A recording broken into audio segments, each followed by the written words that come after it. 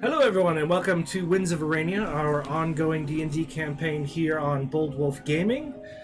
This is the first session officially planned as pre-recorded. Our new format, we will no longer be streaming on Twitch, at least for the time being.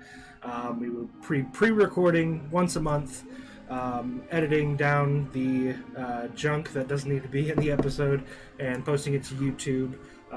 So there will be no more Bold Wolf Gaming announcements, or at least not any time-sensitive ones on this stream anymore, or this recording.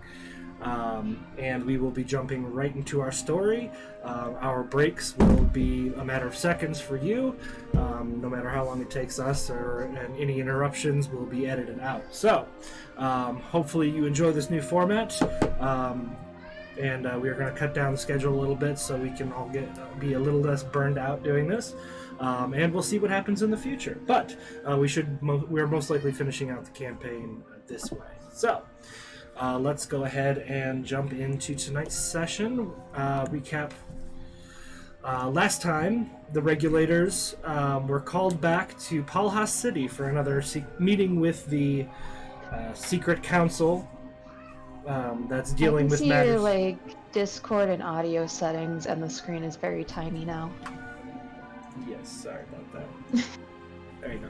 There it is. Where was I? Oh, call back. I liked it when your face was smaller. Just saying. Anyway, the Regulators returned to Palhas City for another meeting with the Secret Council that discusses matters involving both the secession of Palhas and the growing threat of Orcus. They had a few days to kill, so Malcolm's fiance, was brought with them so they could have a day on the town. They visited the museum that Zuko has been sponsoring. Echo went and asked for assistance with getting more information on this figure from her visions.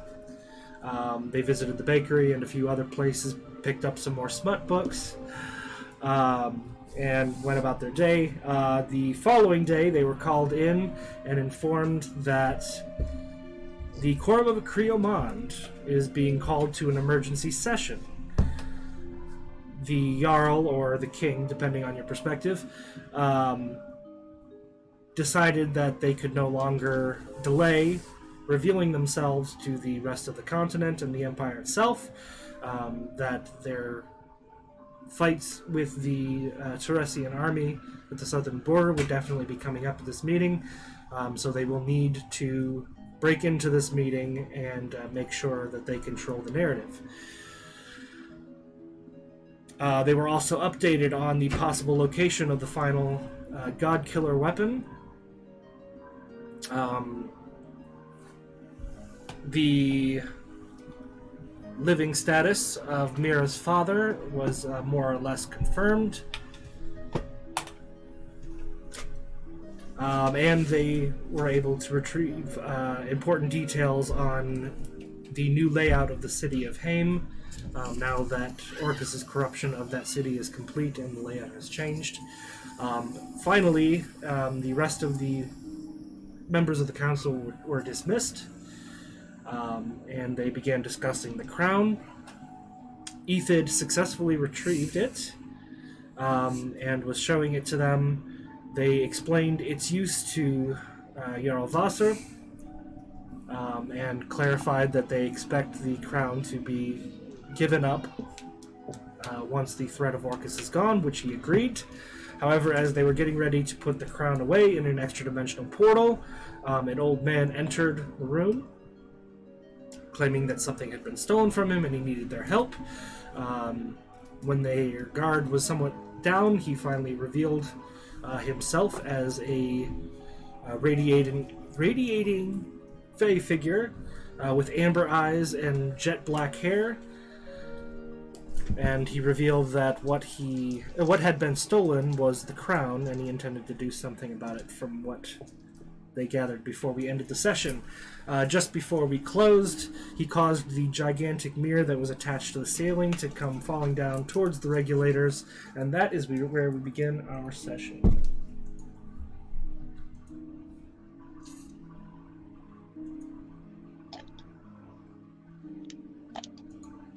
All right. So, we're going to do this theater of the mind. Let's go ahead and roll initiative. Oh, well, yeah, we'll roll initiative, but combat isn't actually starting just yet.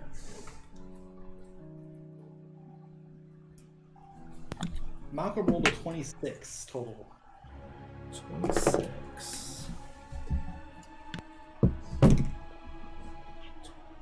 15 total. Dice jail. 11.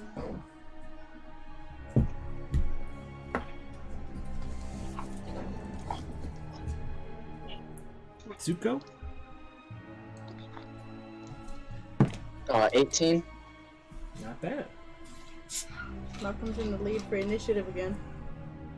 Yeah, he's off the scale. The I highest do my add- list goes is 25.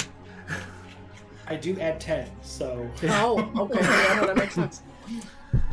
Let's see, 19. Just to clarify, my superiority dice are D10s, right? Yes, your Okay. superior is a 10. Just making sure that I got them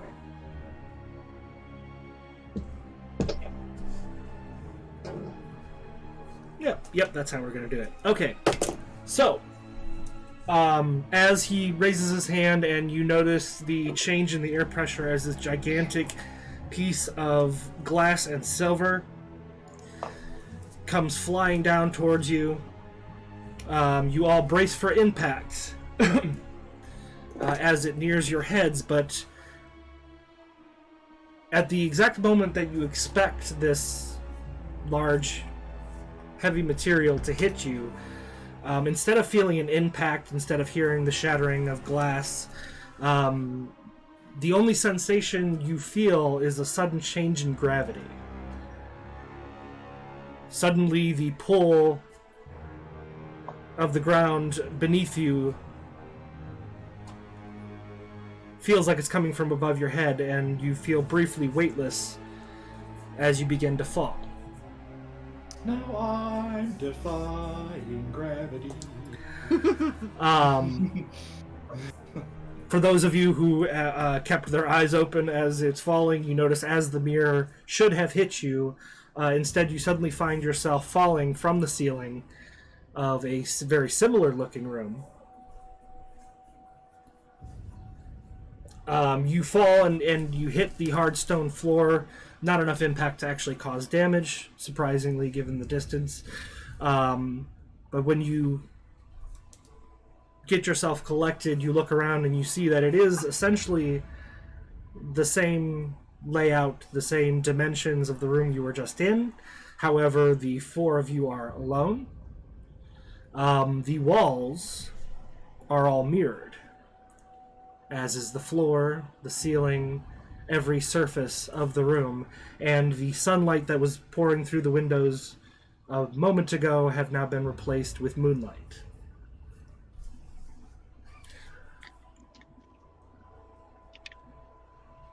Are we in the upside down? Right?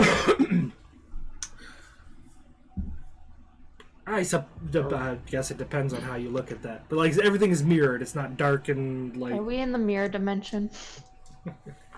Like in Star Trek? I was thinking Marvel, but That would be metagaming, guys. Alright, what would you guys like to do? At the moment I you would are... like to dance in the moonlight. You would like to what? Dance in the moonlight. Okay. Malcolm, come on! With the I devil? think in songs, man, and you guys keep throwing them at me. Not us, you're... Okay, question. Okay, you're dancing in the moonlight, but is it with the devil? No. No. I'm just dancing in the moonlight. Malcolm has never danced with the devil in the pale moonlight, apparently. No, because I am death. So why would I dance with myself? Oh!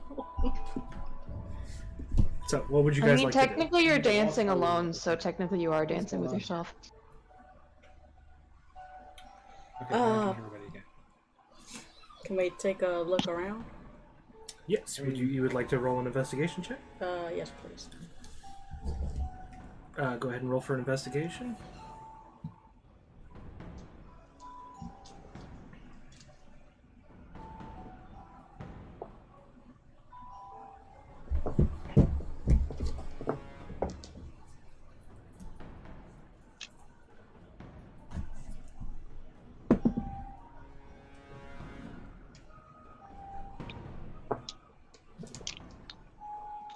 So 14 plus 7.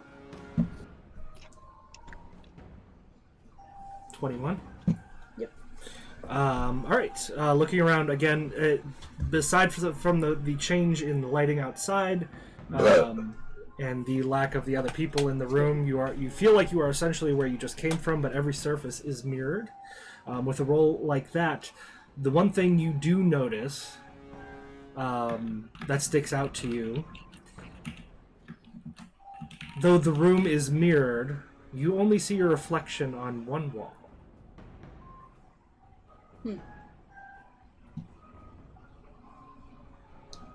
Can I walk towards that wall? All right. So we will go ahead and start there.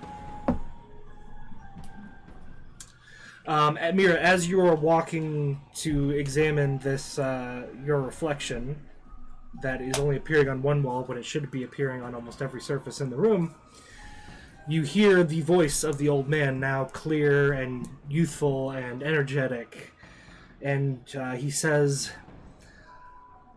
"A great man once said, 'To truly know a man, you must fight him.'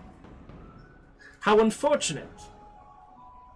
That means that we never truly know ourselves. Or our friends."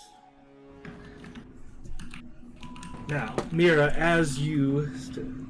What are you typing over there? Who, me? Yeah, you. I am typing. I forgot to send this email earlier, so I was while you were talking. Gotcha. All right. I just thought there was like player conversation going on in the background. No, that'd be great though. Oh, no. Although I should start a group chat with just us. I'm just joking. That would be perfectly fair.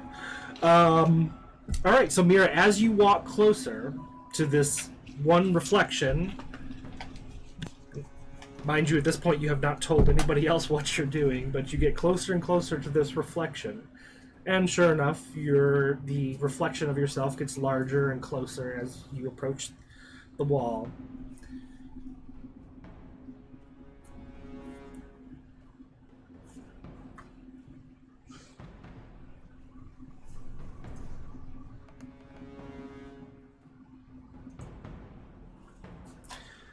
You are just a moment too late to notice, as you are nearly on top of your reflection, that it is no longer following your movement. And just before you reach it, you see the leg of this reflection come through the surface of this wall and take a swing at you for 26 to hit. Okay. Ow. Oh, wait. Wait. Are we wait, witnessing wait, this? Wait. Yes, you do see this happen. Crap, how do I do this again? You wanted to shield? Yes. All right, so you roll your d10. Wait, how did we figure out that happens? I don't remember. It's been a while.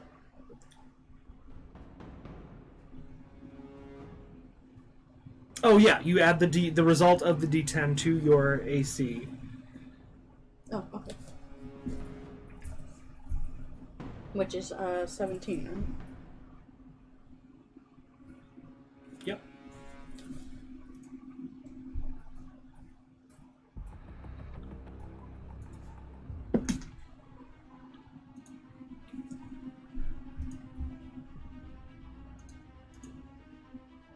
$22. 22? Mm-hmm. So still a hit. Yep. Alright, you have spent a superiority die.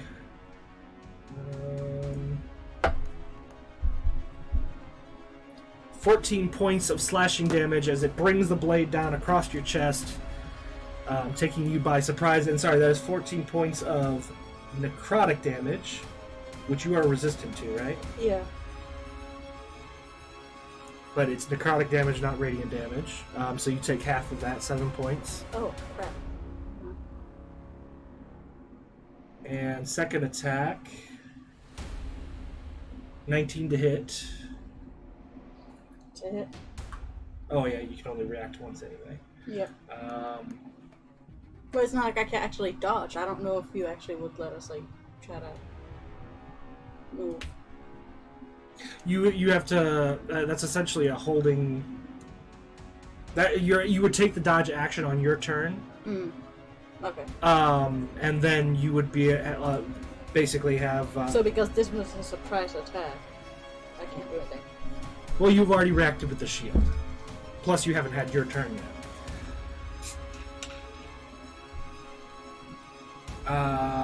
What was I doing? You take 4 points of necrotic damage from the second hit. So 4 points. Yeah.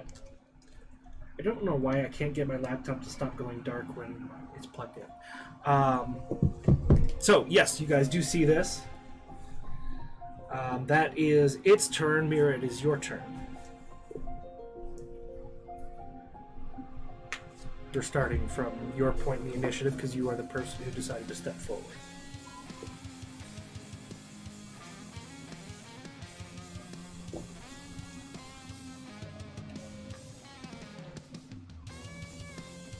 I use Sayuna's heart. Alright. Roll for attack.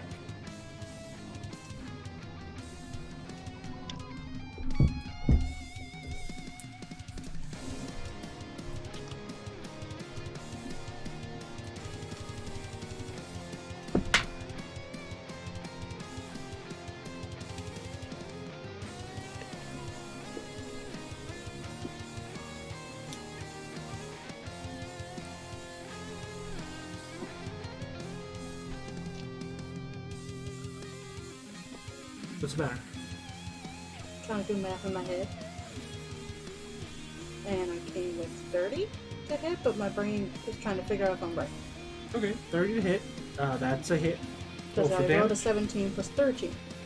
Right? So, That's 30. Yep. okay, cool. Roll for damage.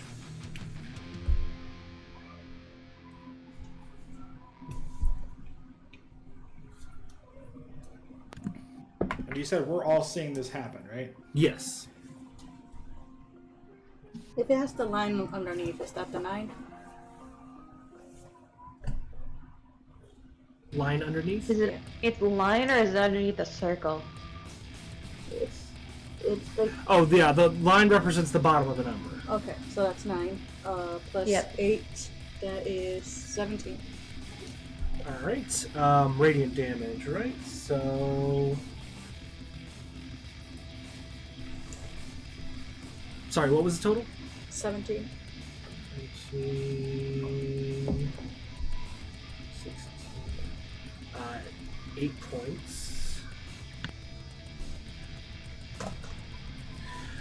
You notice as you make the first hit, it seems to be resistant to radiant damage. Yay.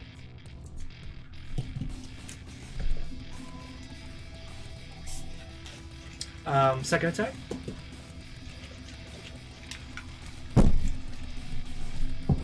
I almost forgot I had a second attack.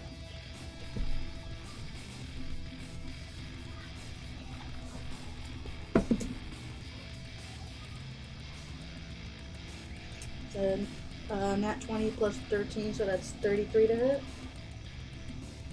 Sorry, what's that? Nat 20 plus 13, Nice.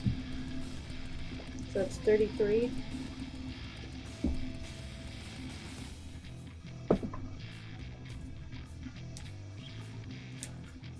Uh, 12 points of damage. Wait, no. No, just 4. If she's radiant resistant, there's nothing. But you're added. critted, so that cancels out the resistance. Okay. We'll just do the full damage. Okay. So 12? Yeah.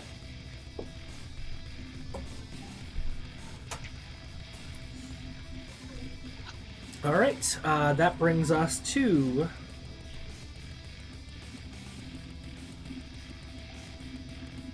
Yeah, we'll just continue down the order. Echo, it is your turn to move. Talking about like it's a board game.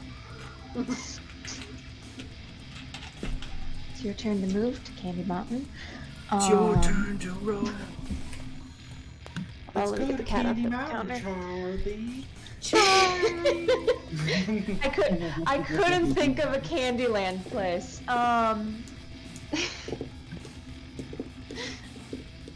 This is the kind of junk you'll be editing out. Oh no, not editing out banter. Editing out like Valencia coming down and interrupting us, or She knows she's not supposed to come down without permission. Yeah. And if she does, I'll be kicking her. sorry, Cece, go ahead.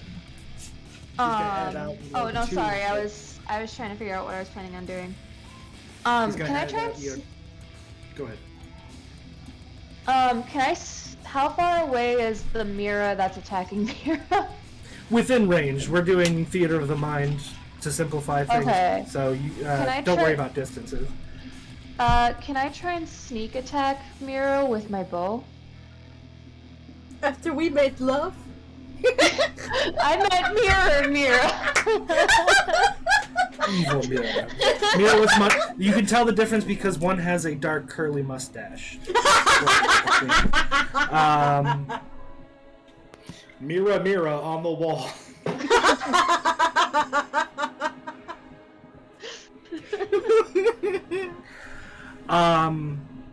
I can't think of any reason you would have advantage on this shot at the moment. Well, I mean, is Mira within 5 feet of Mira? Because if that's the case, then she has advantage. Oh, that's right. But with sneak attack, it just has to be within 5 feet. Yeah. Yep. Okay. Yeah. Yep. You got it. I forgot about that. I was thinking flanking, but I forgot. Because I'm pretty sure, like, What isn't color is she your hat? currently Black. fighting Mira? I'm seeing purple. Well, I think they changed the rules in 5e, Matt. That if there's 2 people within melee range of each other, they are flanked. They are considered flanked. It doesn't have to be like behind them. What was that? Well, we'll check on that, but I'm pretty sure that there isn't even an actual flanking rule in D&D. Not rules as written anyway. That's a Pathfinder thing that Critical Role used, and I liked, so I did it too. But I think with rogues, they have advantage anytime their target is within 5 feet of a hostile. So yeah, go ahead. You can go ahead and roll for attack. What weapon are you using? Okay. A short bow. All right. Roll for attack, and don't forget advantage.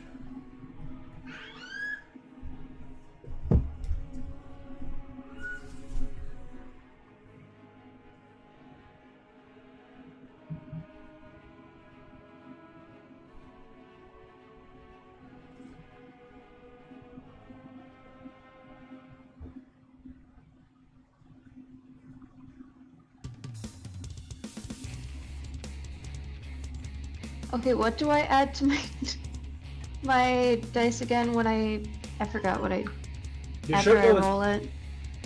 with your short bow, it's plus 10. Okay. So I rolled an 18 plus 10.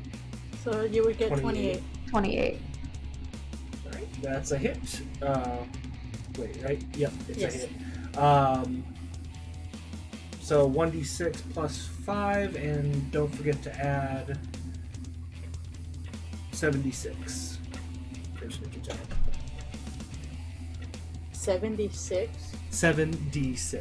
Oh. I was Oh, about to I say, was about to I'm say, sorry. I was like, what? Jeez. Okay. Like, holy shit! Glad I asked. By the way, how's everybody liking the new overlay? I like it. Kind of reminds me of our old one, but higher quality. Back when we first started streaming.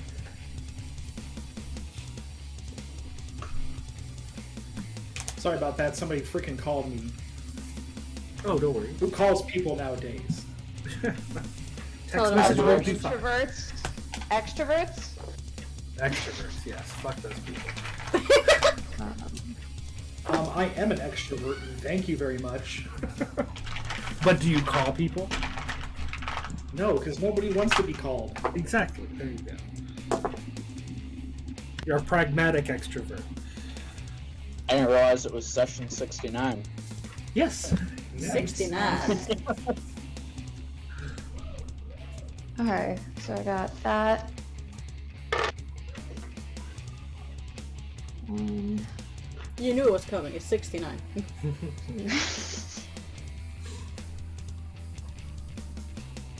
I should have just named the session Nice.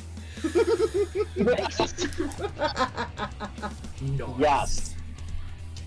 With an O.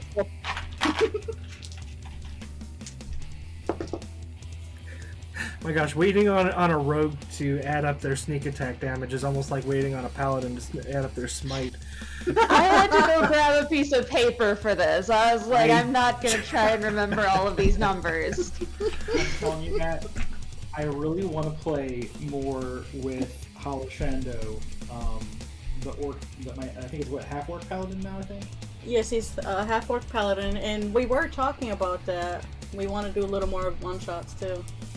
Because I played a 15th level paladin in my other game, and I crit on... I crit and decided to use smite. That's just fucking stupid. Yeah. Well, I am debating second campaign if I want to... What's 27 plus 11? 37. Wait, you said 27? 38? 38. 27 plus 11. Yeah, 38? Okay, 38. Alright, 38 damage. My friends, let me tell you about this wonderful invention called a calculator. Okay.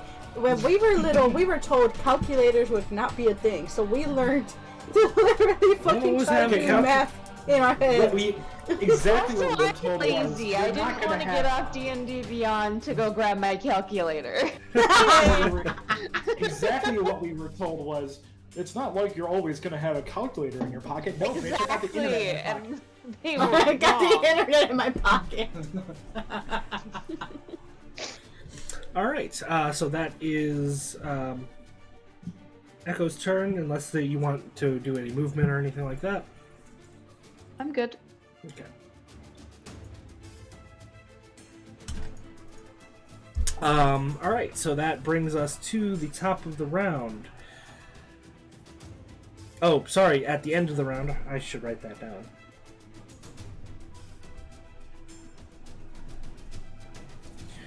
Alright, 1, 2, well, I need a d4. I've got plenty that I'm not using. So. How do I not... D4 is the triangle, right? Yeah. Here. It's the weirdest thing. I can't... Sweetie, my hand's right there.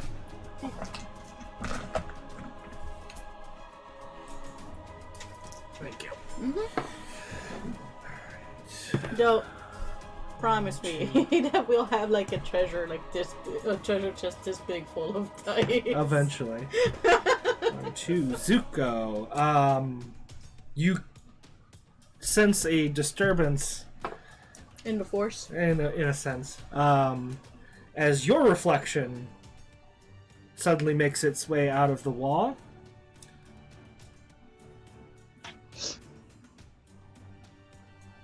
Malcolm, it is your turn.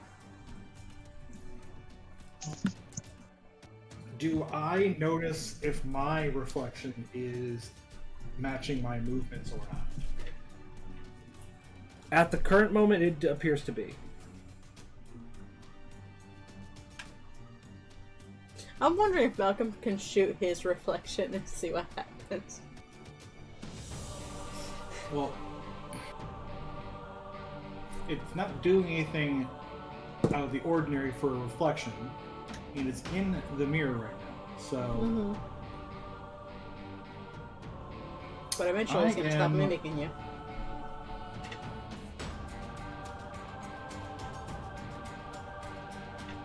Be I don't a like the mimic, idea. don't be a mimic. I like the idea of another Malcolm shooting us. No. Same. But we also have 2 others that are popped out of the mirror now that need to be dealt with too. I'm going to level my Reaper's hand and shoot Mira's reflection. Okay. How do you know which one's her reflection? I don't. Oh dear.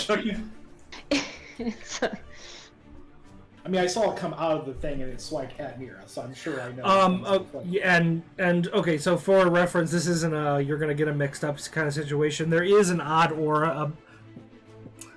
The way they're lit makes it very obvious that they are not the original article.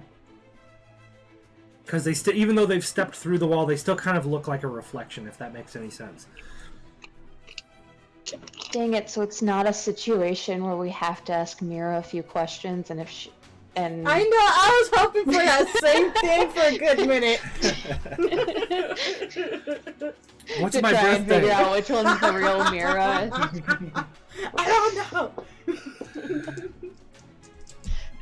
October So- 26th. Let me go back to this Reaper's hand because I think I got confused last time. So if I use ammo, it doesn't use necrotic, correct? Matt? Correct. I mean, if you use physical ammo, it's just going to fire the ammo. Okay. Because it also looks like I don't add my modifier if I use it without ammo. You should, if plus 7. Okay. no, you should still use your modifier. It might just be the way. It's really difficult to make custom weapons on D&D Beyond. I gotcha. I just want to make sure I'm understanding it right before I start using it, since this is my first use of the weapon. And I will use Sharpshooter on 3 shots. So I'm going to take a -5 to hit.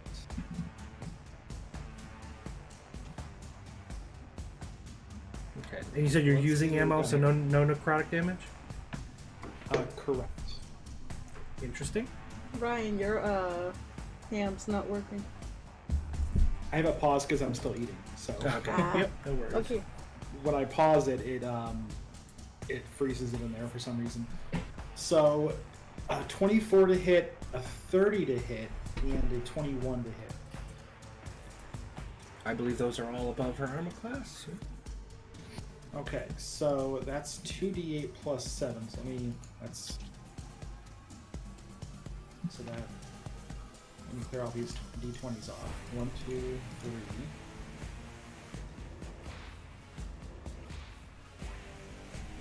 So 16 plus 21 is 37. Plus 30, so 67 points of damage. Wow. Sorry, how much? 67?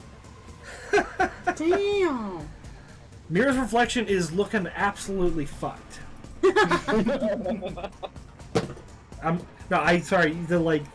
The irony of this, I have to reveal. She has 1 hit point left. Damn it! Like she's stumbling around. All right, so that's the end of your turn, right? Yeah. That brings us to Fira Isolink. He suddenly appears floating somewhat larger overall than he was when you saw him in the original room, floating in midair. And what is he going to do with his turn?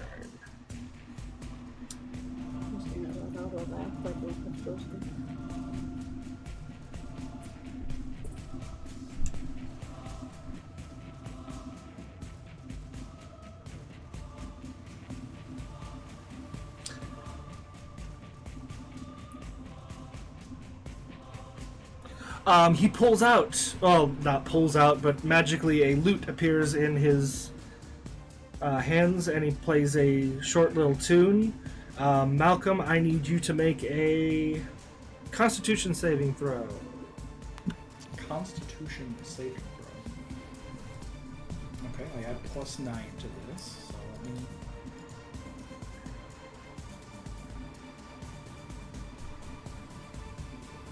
That is 26 total. Holy shit! All right. As the tune plays, for some reason, it is like nails on a chalkboard to you, but you manage to cover your ears and kind of get through the brief performance with no effect. It's because I have tinnitus from firing guns, of course. I'm like fucking Arch over here. Ma, ma, ma.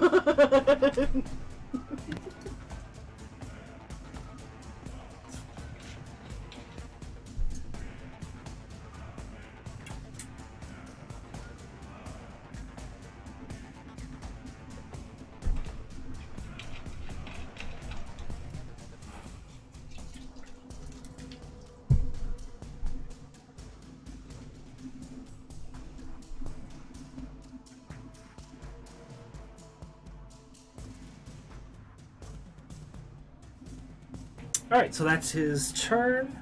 Zuko, your turn.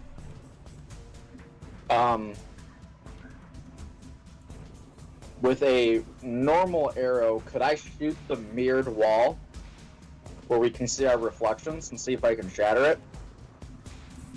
You may certainly try. Okay.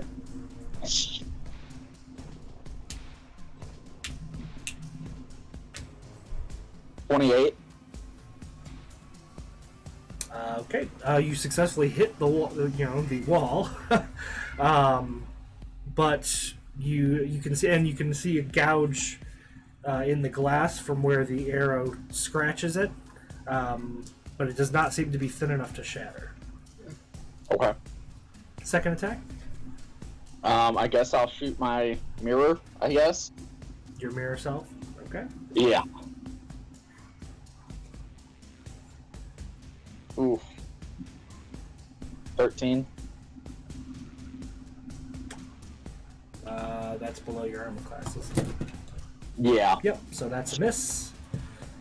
Once again, the arrow slips by your mirror self and hits the mirror itself, scratching the surface but not breaking it.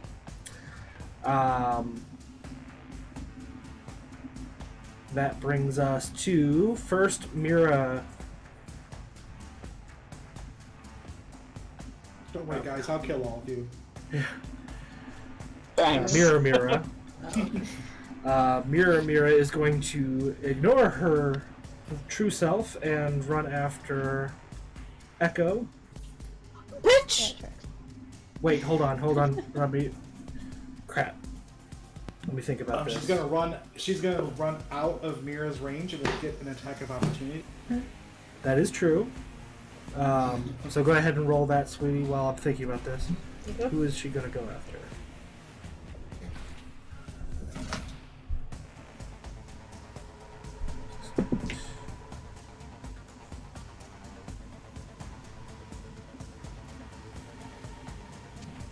I rolled a 13.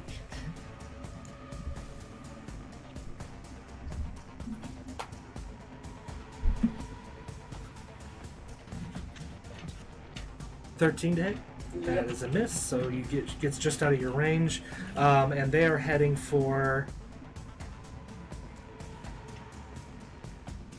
Yeah, we're gonna do Echo. I didn't think that all the way through, but.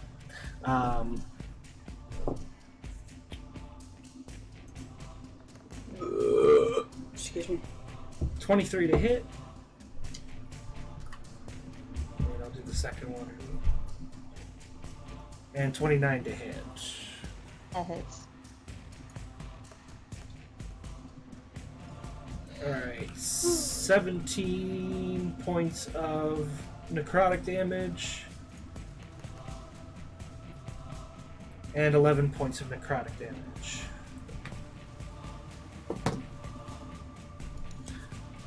True Mira's turn. Question, do I have a large crossbow? I believe you made the arrangement for that transfer. Yep. But she's at range. Yep. So, maybe I would like to shoot it. Alright, that's a +8 to hit. Where is it? It's under your attacks. Is it? Wait, I hope that's the right one. Hold on, let me double check your inventory. I see the crossbow light, which is the one I've had for ages. Yeah, where is... a Lark's repeating crossbow. It's in the... hold on, let me transfer it to your... Because it's currently sitting in the chest in the wizard's door. Oh, but we did make arrangements for that. Yeah. We just forgot to move it. Not gonna lie, that seems a lot like us. We are very forgetful lately. Move it out of the chest, damn it. Move to equipment. Inventory, equipment.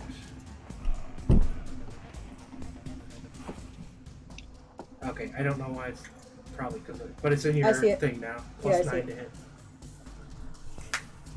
Yeah, you know, there's just a bunch of mirrors behind me, you know. Oh, nice.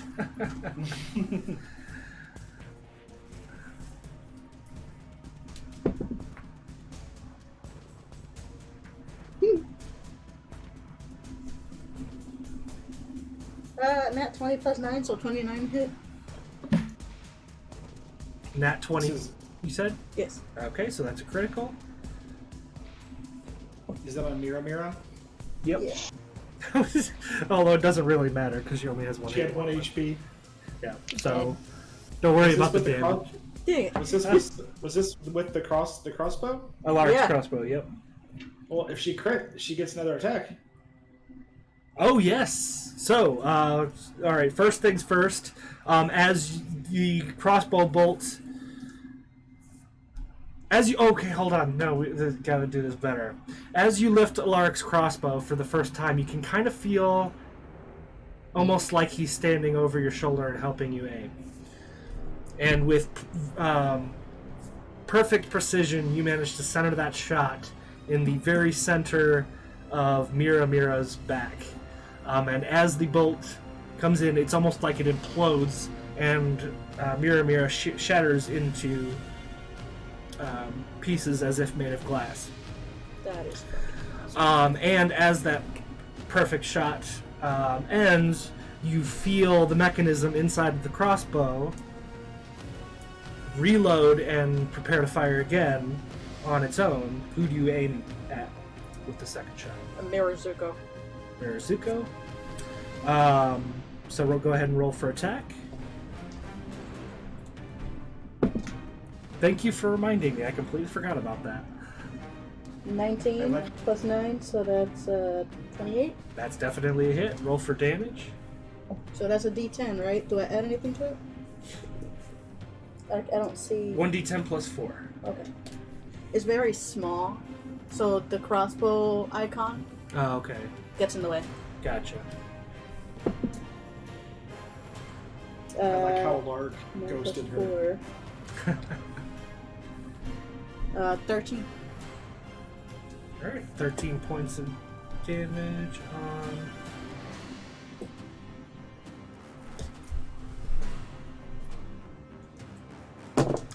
Alright,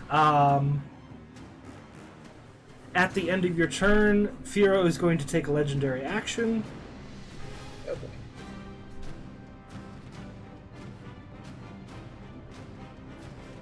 I'm to sorry, take his a- name is what? Huh? Firo Isolink? So basically like Fiero from Wicked. That's the Fiero. It's Pokemon. F-I-R-O. Hmm. Fiddlestick attack. Fiero like the car. I was thinking Fearow like the Pokemon. Oh, we were all thinking something.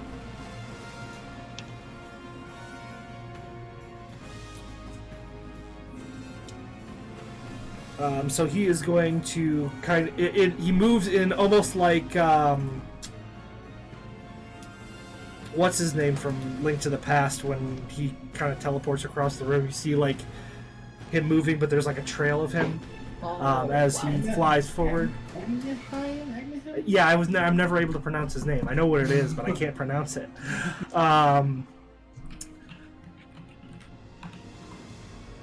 So, alright. Malcolm. 7, Again. Okay. 24 to hit.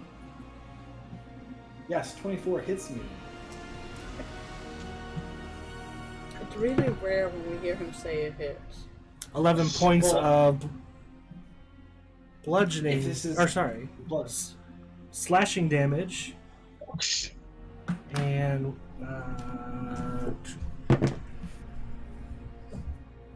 9 points of psychic damage. So 16 points total. Echo, it is your turn. Hold on. Did Mirror Zuko even take a shot? I might have actually skipped over it. I think he skipped I don't think over he's it. taken a shot. Alright, no worries. Go ahead, Echo. I would like to use my Shadow Dagger on Mirozuka. Or Mirazuka. Okay.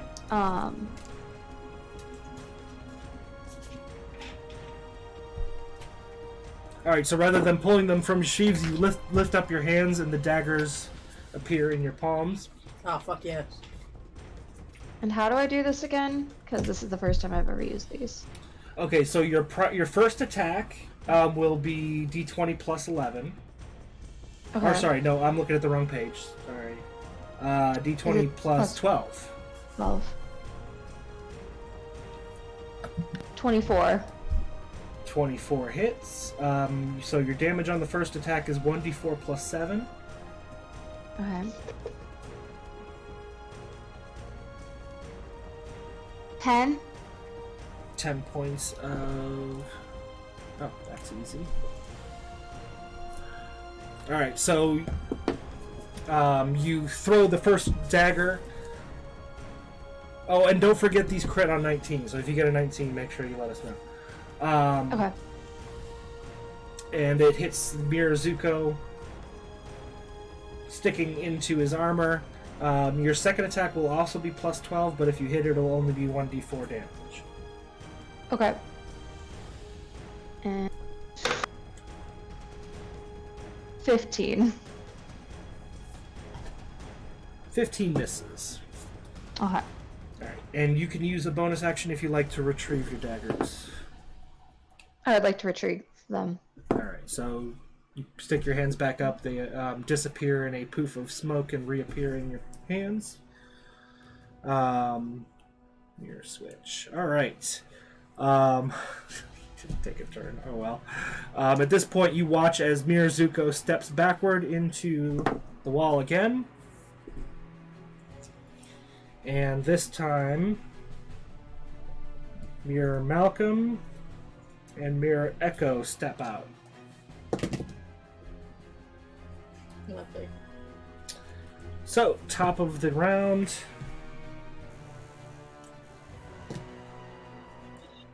Firo seems to be mostly content watching this. Doesn't seem to be wanting to get actively involved. He attacked me though. So Yes, but he also has 3 legendary actions and he only used 1. He's holding back, you know. Alright, so how many attacks do you get, Malcolm? I have 3 attacks. So 1 attack and then 2 extra attacks, I think. Let me double check here. Yeah. You can attack 3 times whenever you take the attack action on your turn. Alright. And plus the 1 extra, right? The offhand attack? Yeah, but if I'm just using the Reaper's Hand, I don't take it. Gotcha. It's like I toss the gun in my other hand, you know what I mean?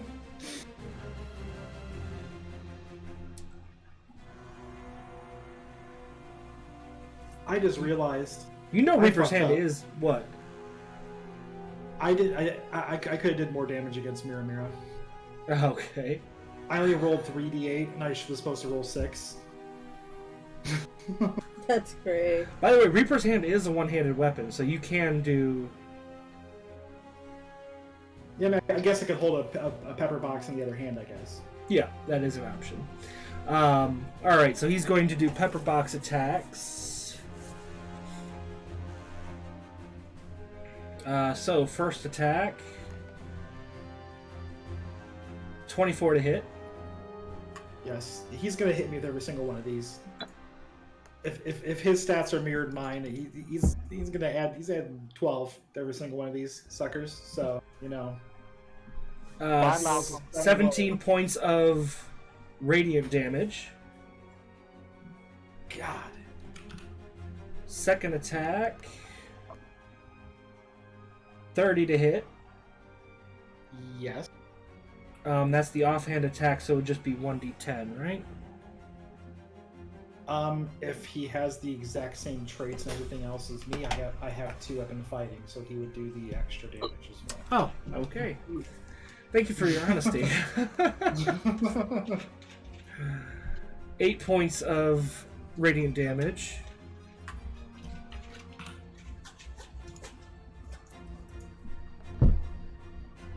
So that's 2 more attacks. Fuck. 13 to hit. Nope. And last one. 24 to hit. Yes.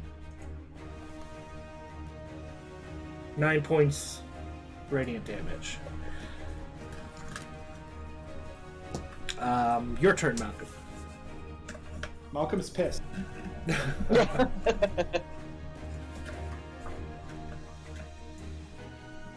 me see here.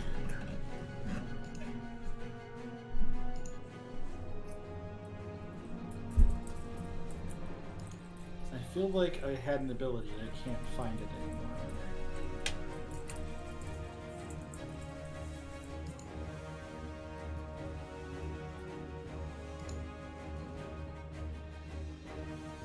Yeah, I think it was in my extras, man. I don't think it's in here anymore.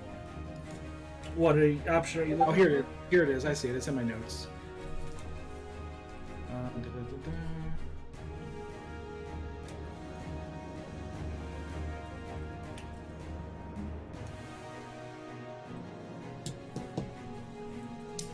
So I'm just gonna flat out just attack him 3 times.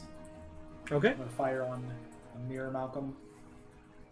How many rounds does this thing have? The Reaper's Hand? 6. 6. Okay. So I'm going to do the 3 attacks and then bonus action reload. Okay. So let me do that first. And again, sharpshooter. So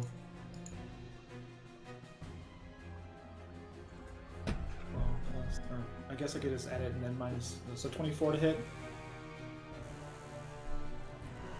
24 hit. So, well, you know your armor class. Yeah.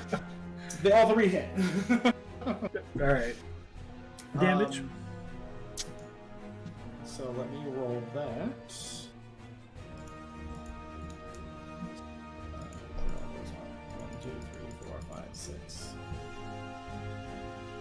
26 plus 21 is 47 plus 30 is 87 damage. 87. Yep.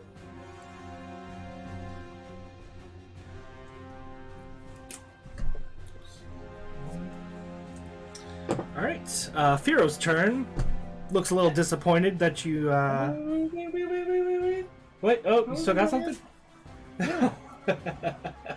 I was just making sure he You wasn't really dead rushed yet. yourself with a If good he's, minute if he's there. still alive, I'm action surging and fucking killing this guy. Okay.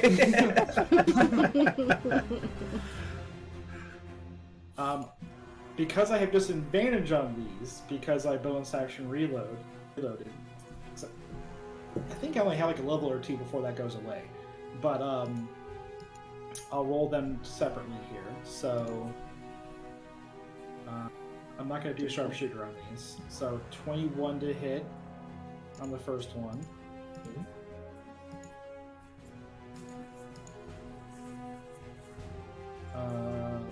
That one misses. and then 17 was the lower one, so 29 to hit. So 2 of them hit. Okay. Damage.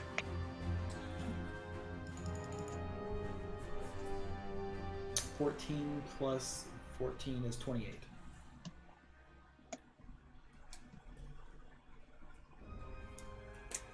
All right. Firo, are you done? Yes, I'm done. Okay. Firo, a little disappointed in that bit of turnabout. He's going to use his turn.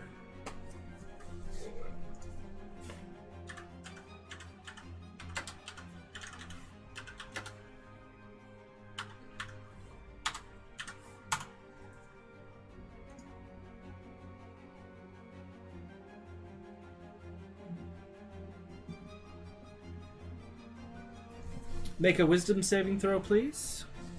All of us? No, Malcolm. Why is he after Malcolm? He mad at me. Let's see, plus 4, roll d20, plus 4. Ooh. Uh-oh. Let me double check the wording of Indomitable.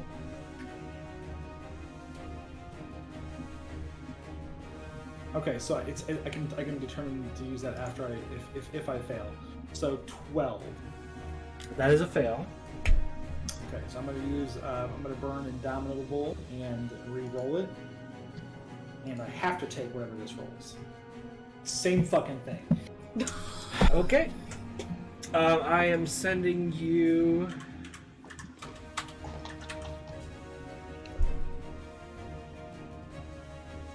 a Facebook message.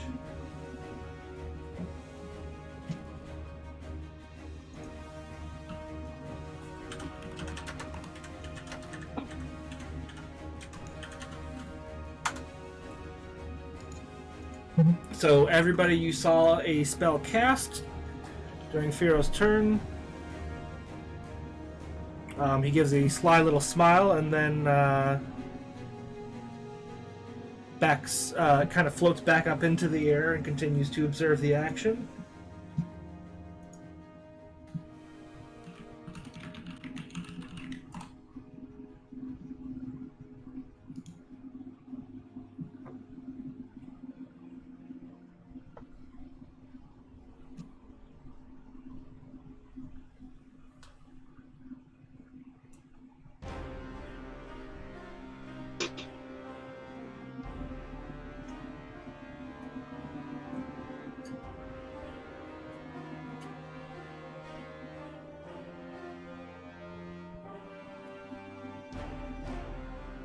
You guys don't know what happened.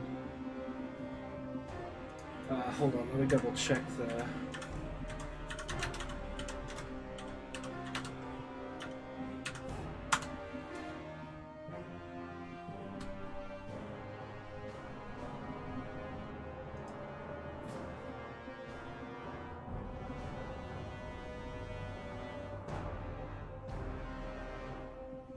Well, that's not as strong as I imagined it to be. No, I thought it was going to be worse too, actually. I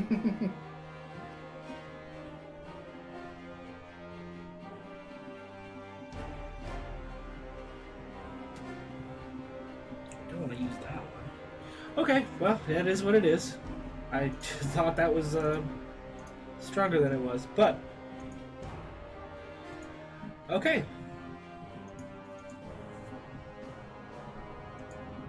That brings us to...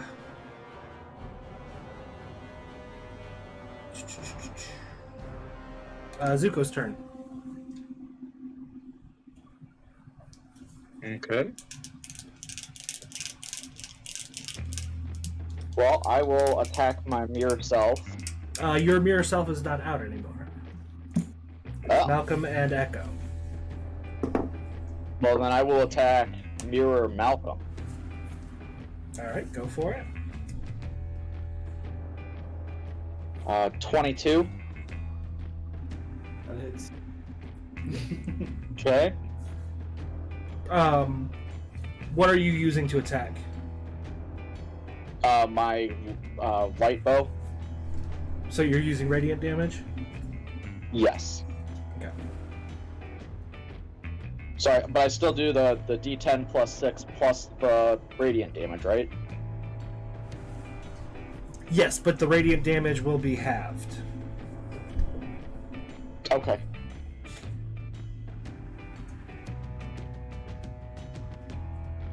Thir- 13 and... So 13, and then I had 1 for radiant damage. Can't exactly half 1. Yeah, so that one would just be... That'd be canceled out, right? Or would that just stay at 1? I mean, DM rule, I would just call it a 1. Yeah, let's go with 1 then. Second attack? Same thing.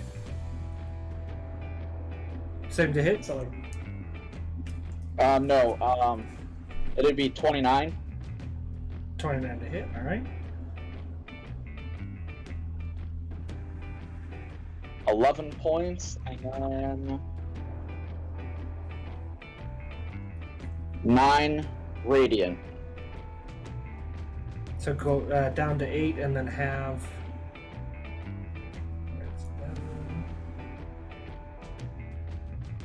So that'd be 4... Shit, I forgot to write down the first one. What was the damage on the first one? 1 plus... What was your standard damage? 13. Okay. Alright, Mira and Malcolm's looking pretty bad. Mira, your turn.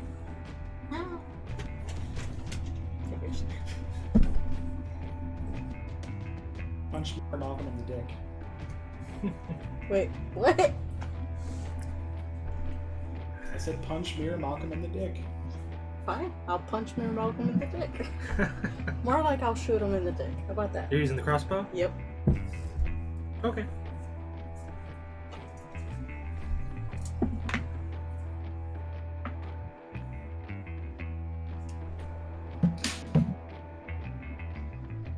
That is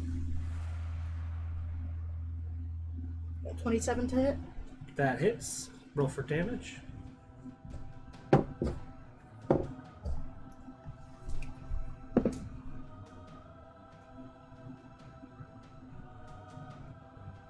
Seven plus 4. That's... Is that like?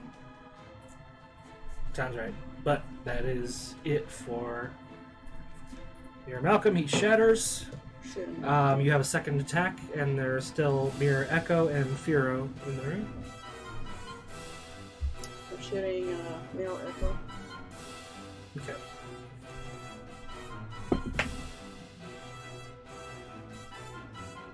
+19 plus 19, that's like 28, right?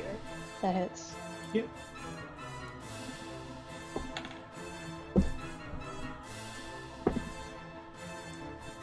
Eight to hit, damage. Sorry, what's that? 8 8 damage.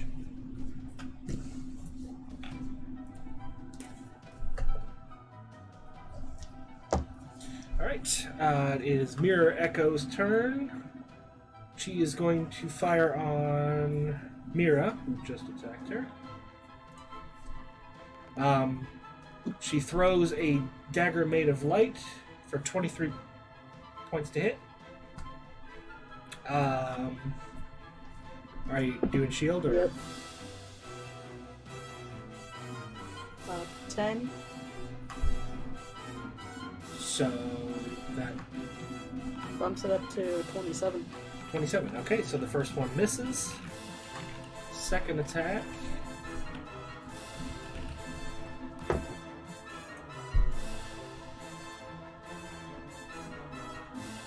$25 to hit.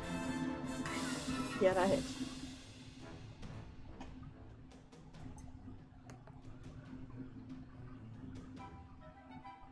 Four points of radiant damage. Figure out what just absorbed the radiance. Wait, hold on. Do you have resistance to radiance as well because of the? No, I don't think so. Yes, you do. You have defense against. So 2 radiant. points of radiant damage. So what? 2 points? All right. So real echo. What would you like to do?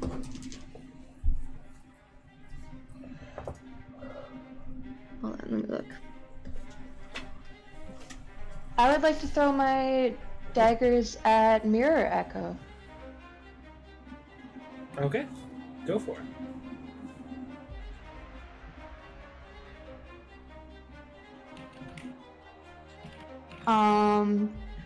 That is a 20.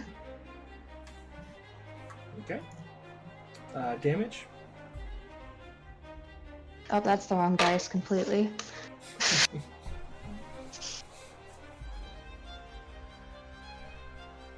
Nine.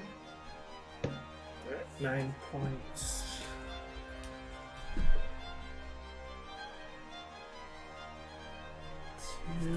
Second attack. Oh, holy shit.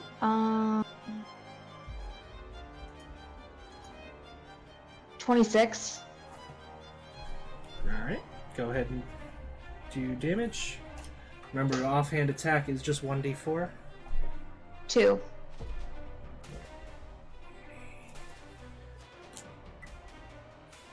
Wait, we kill.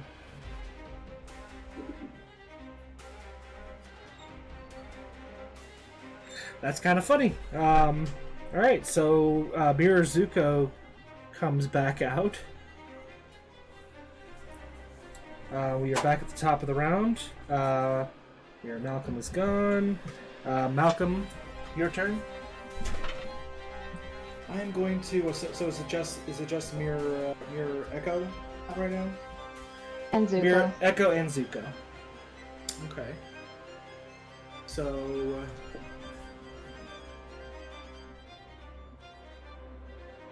I'll just attack mirror echo. We'll call it that. Okay. We'll use sharpshooter again. Standard ammo. Yeah.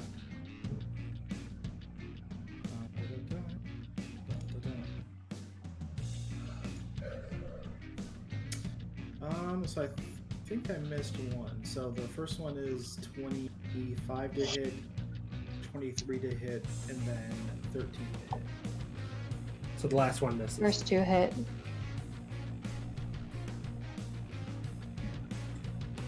So that's 18 plus 14 is 32, plus 20 is 52.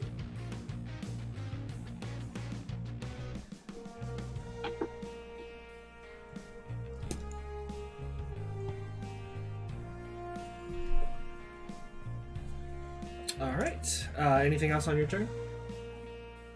I'm going to bonus action. Bonus action. What was it called? Second wind. All right. So that's 1d10 plus. So I get back 19 points of health.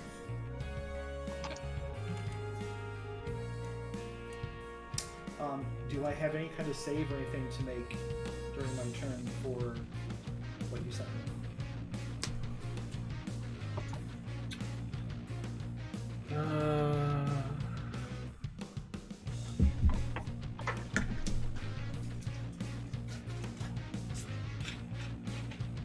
Nope. Lasts 1 hour unless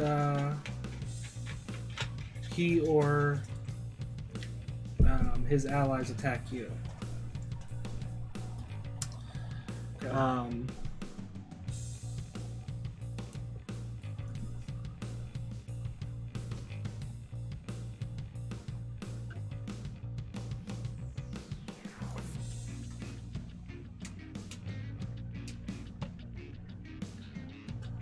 Let's see what else he has.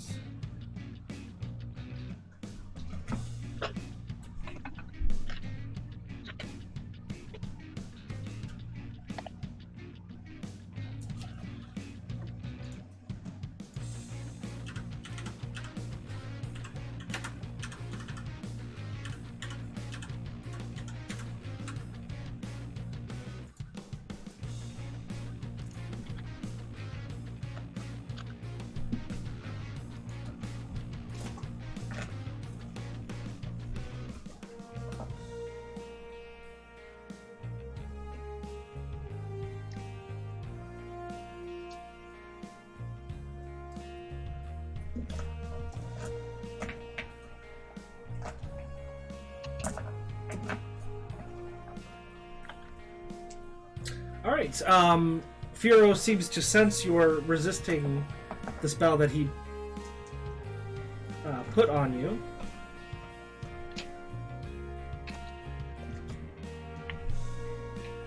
I need you to make a wisdom saving throw.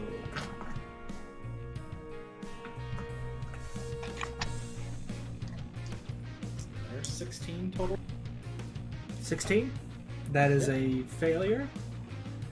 I will try and dime roll again. I have one more use of it, so I will Alright. try to re-roll it again.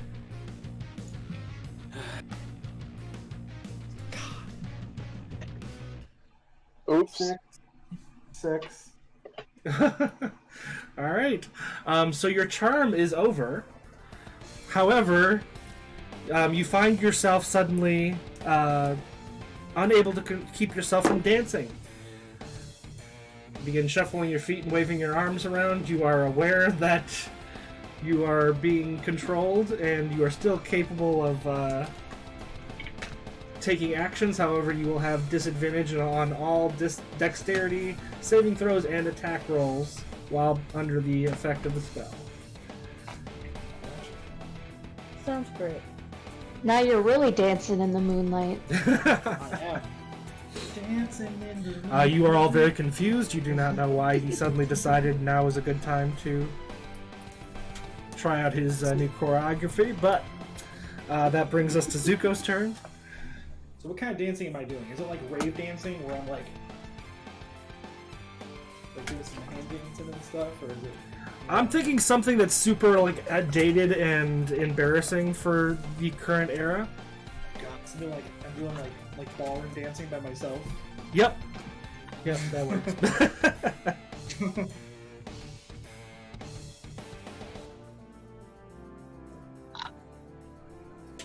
Okay, well, I guess I will attack my mirror self again.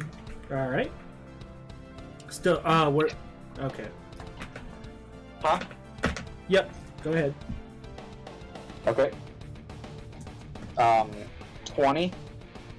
20 hits, of course.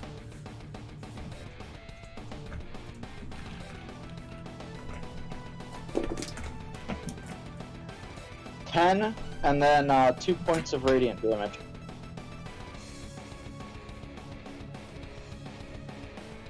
So one. Let's see. 13. All right. Second attack. Main thing. 13. That misses. Okay. Second attack misses. That brings us to Mira. What would you like to do? Make a mess.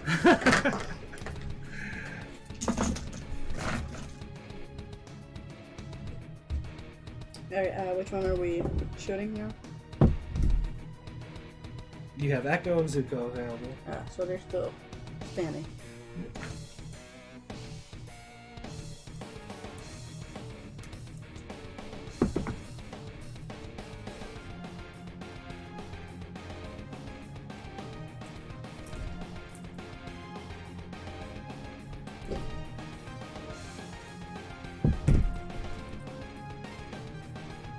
Uh, 17 plus 9.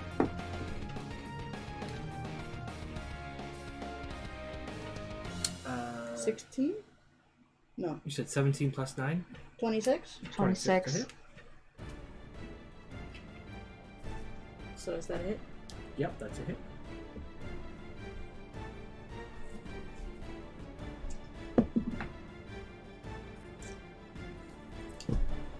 8 for damage.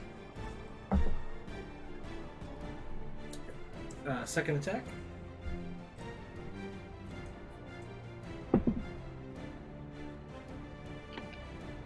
$28. That's a hit.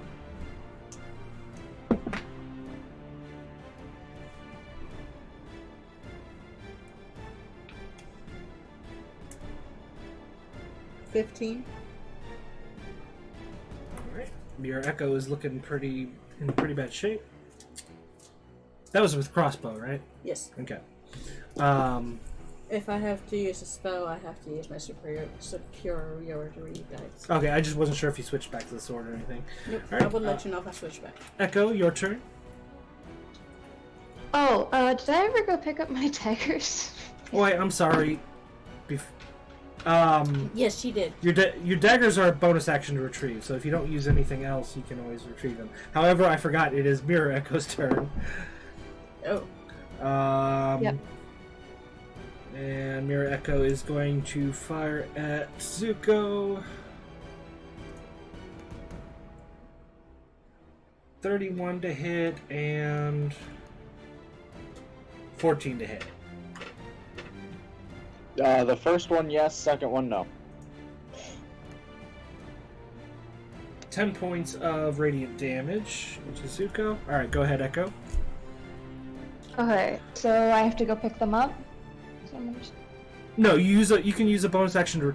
You're using the Shadow Daggers, right? Yeah. Yeah, you can recall those magically with a bonus action. Okay, I'd like to recall them. Okay. And then I'd like to... Wait, so we got Zuko and Echo. Yep. And then I'd like to attack Mirror Echo Alright. again with them.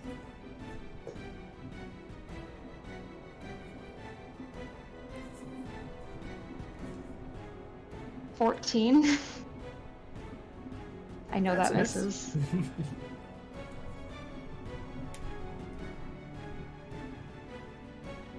And 15. Both of those miss. Alright.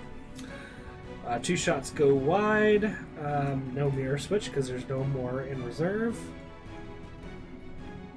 Top of the round, Malcolm.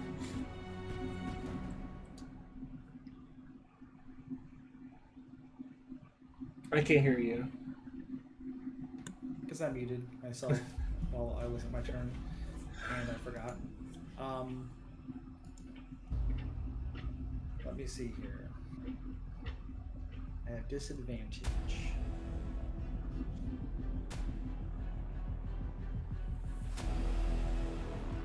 Actually, do I have the opportunity to try to fight this off? Yeah, if you want to use your action to make another wisdom saving throw, you can. We'll try. 17. Not quite. This fucker's too wise for me.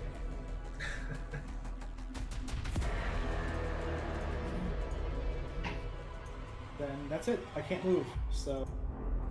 Okay.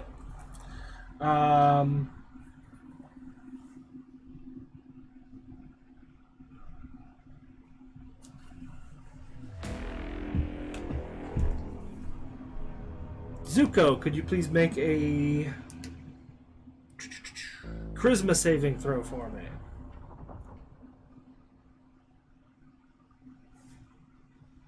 $21. Nice. Okay. He once again pulls out an instrument, plays a tune that does not cause pain but makes you feel kind of euphoric. But you immediately realize that that's not how you should be feeling in the middle of combat, and you manage to shake it off. Shake it off. Sorry. Haters gonna hate.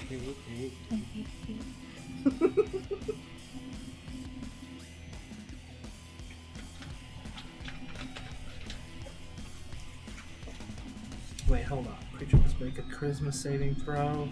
On a success. Oh, wow. However, in your process of resisting that misplaced sense of euphoria,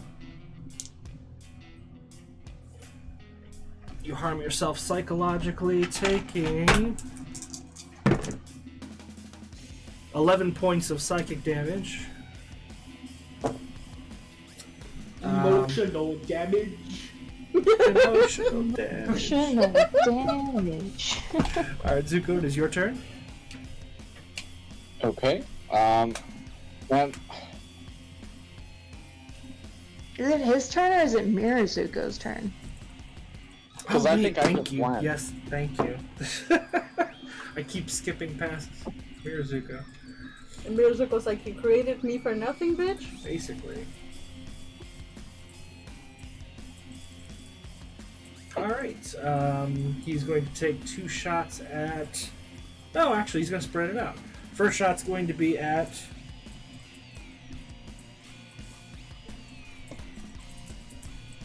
Echo.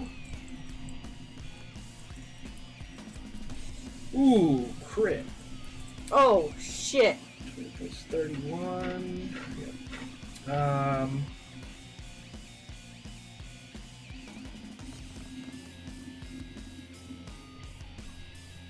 8. Oh, cool. It automatically puts in the crit. 18 points of necrotic damage. Can I use my uncanny dodge? Absolutely. You haven't used a reaction yet. So that halves the damage. So wait, what was it before? That was 18? Yep. So, yeah. Second attack is going to aim at Mira. Okay.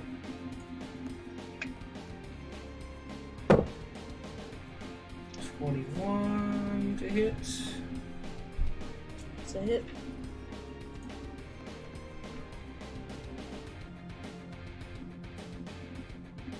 $11 points of necrotic damage, which you can half. How do you have That'd be 5. Now, real Zuko's turn. I thought I just went. Oh, did I end up doing No. the after him instead? I think I went before my mirror self. Oh, okay, gotcha. No, I think the mirror self went and then it was Zuko. I think we interrupted him partially. I think he got interrupted partially during his turn. Yeah, Or you before gotta you go on. started. Yeah, his we were just turn. getting ready to start, and I switched back. But are you? Yeah, Is he thinking of the previous turn? He might be. yeah, I think so. All right, go ahead. Because you didn't have my 20 actions before, Yeah. the last time, so... All right, yeah, go ahead and we'll just assume that we got mixed up. So go ahead, Zuko. Okay. I guess I'll attack my mirror self, All right. and it misses, Second shot. and it crit misses. Crit Wait. misses. Oh, shit. Oh, shit. All right, roll a d20.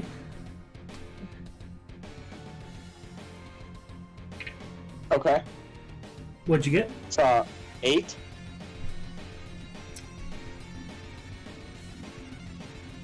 For 1 round, all attack rolls against you will have advantage.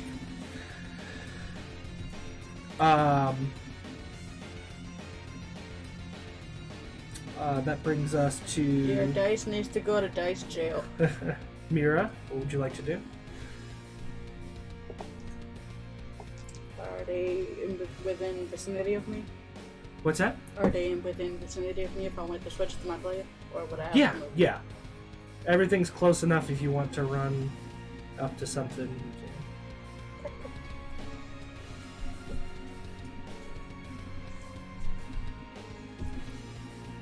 Would like to attack Mirror Zuko with Second Heart. Alright, roll for attack. At 20. 20 hits. No, plus 13. Um,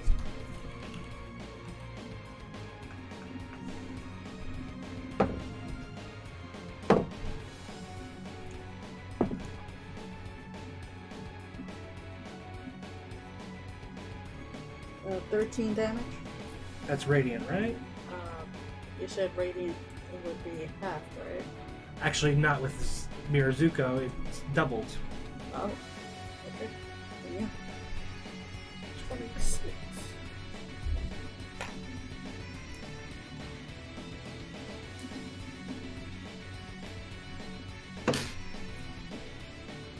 Second attack. I already did the math for the double. Oh, okay. Okay.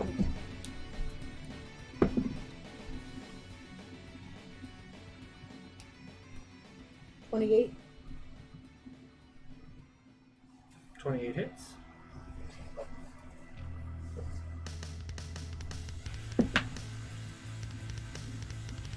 $12 damage.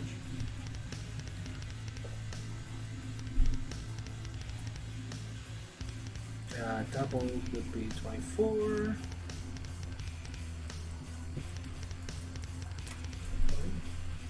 All right.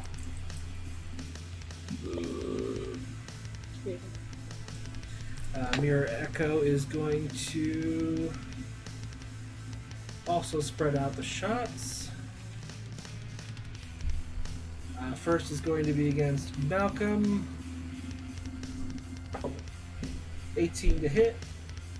Does not hit. All right. Second attack is going to be against Zuko. Oh wait, you have advantage, Matt.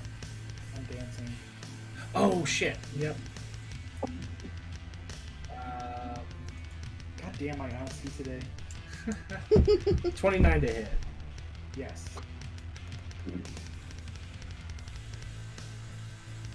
8 points of radiant damage. Second attack is against Zuko. 20 to hit. Yep. 3 points of radiant damage. All right, Okay. real Echo.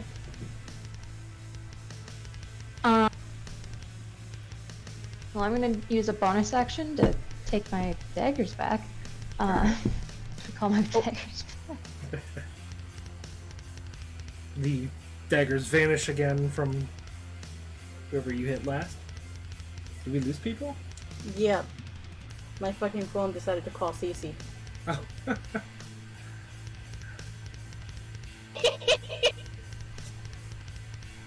My fucking phone decided to call Cece. And then it disconnected me.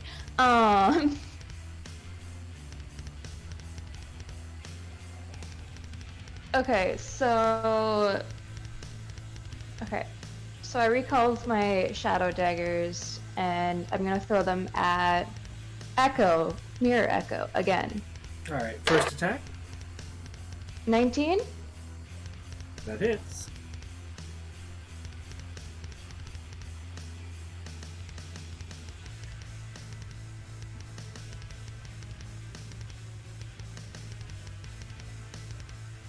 And...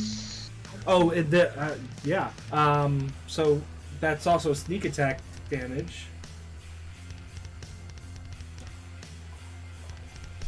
Because Mira went up and went into melee. Oh wait, you went after Okay. Zuko, didn't you? No, I went I after went Echo. Zuko. You went after Zuko? Okay, so yeah, she's not. Okay. Never mind, she's not in melee range with Okay. her. Okay, My so... phone call doesn't want to go to my Bluetooth.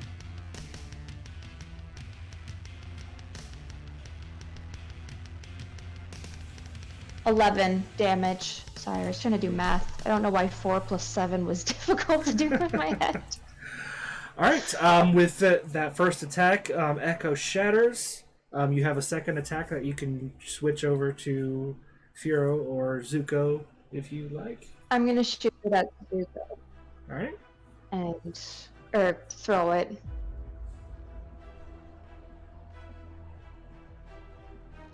Let's see. 27 27 hits. We'll figure it out in a minute. and 4.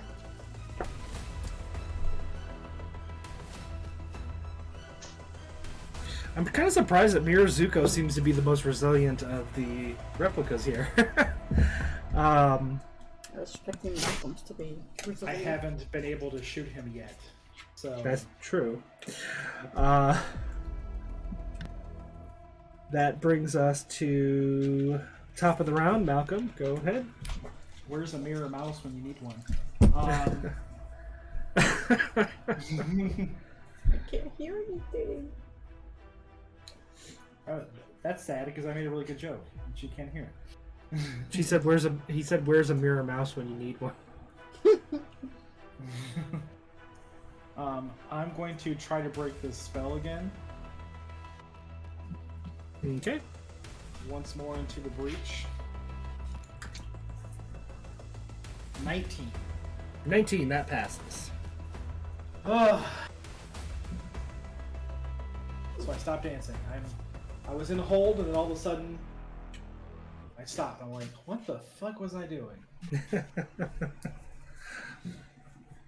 Are It you was like able? the end of Hocus Pocus. So does that take your turn, or? That takes my action. So I will. That'll be it. All right. Firo is quietly observing at this point. That brings us to Zuko. I think it's Mirazuko. Oh yes, Mirror Zuko. Thank you. This is annoying. Try restarting your phone. I can't. You can't. I never set up Bixby. You don't have to use Bixby. Yes, you do. Let me see.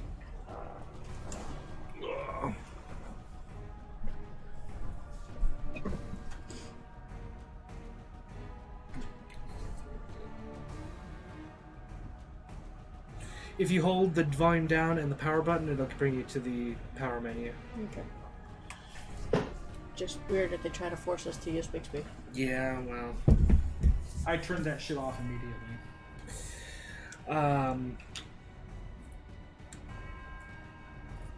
Mirror Zuko is going to take 2 shots at regular Zuko. 16 and 30. No and yes, but does my... Or that was for only the one round, right?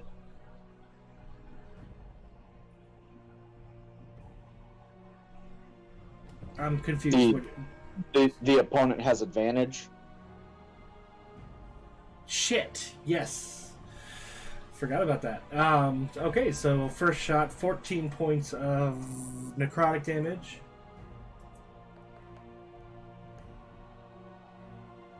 $19 and $20.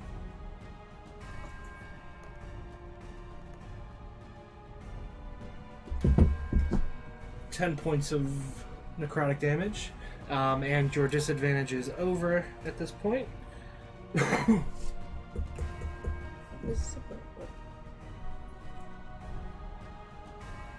Go ahead, Zuko. Just doing my math.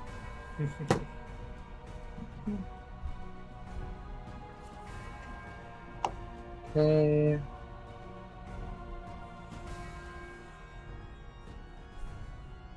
Alright, then I will shoot at my mirror self. Alright. 21. Hit. And then the other shot is also a 21, so they both should hit. Alright.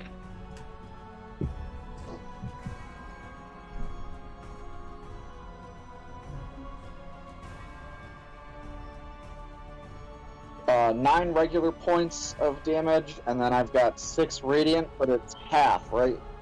Yep. So it would be 3 points of radiant for the first one. Oh wait, hold on. Zuko is light. She's resistant. Yep. Sorry, so 6 points of regular damage, you said? 9. 9. And how much radiant? 3. Alright. Was that just for the first attack? Or No, I did both already, so... Gotcha. The second one is 9 points of regular damage as well. And then 4 points after the half of radiant.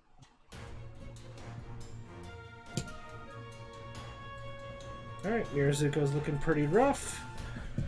That brings us to Mira.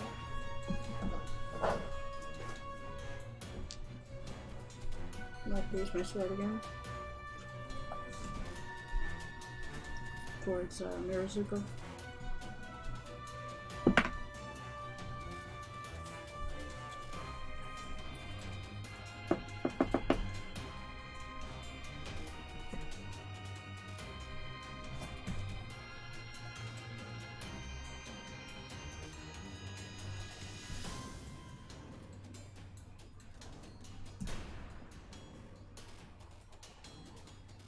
$23? No, 23 29. hits. Yep. 29. 29 hits. Yeah.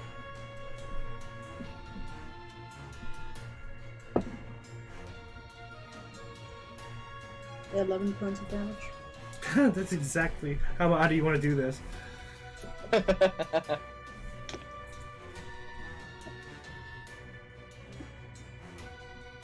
I'm gonna pull a Skyrim move here, and I'm gonna end up turning him to face the others, and I'm gonna shove my sword into his chest. Okay, so Mira wraps her arm around Mirazuka's neck, brings out her sword as far as she can, and shoves it into his chest. And with that, Mirazuko shatters. And just a split moment as the pieces of him hit the ground, it seems as if the walls, the ground, the ceiling, and the air itself also shatters. And you all find yourselves falling to the ground in a heap of broken glass back in your proper world. And with that, we are going to go ahead and take a quick break.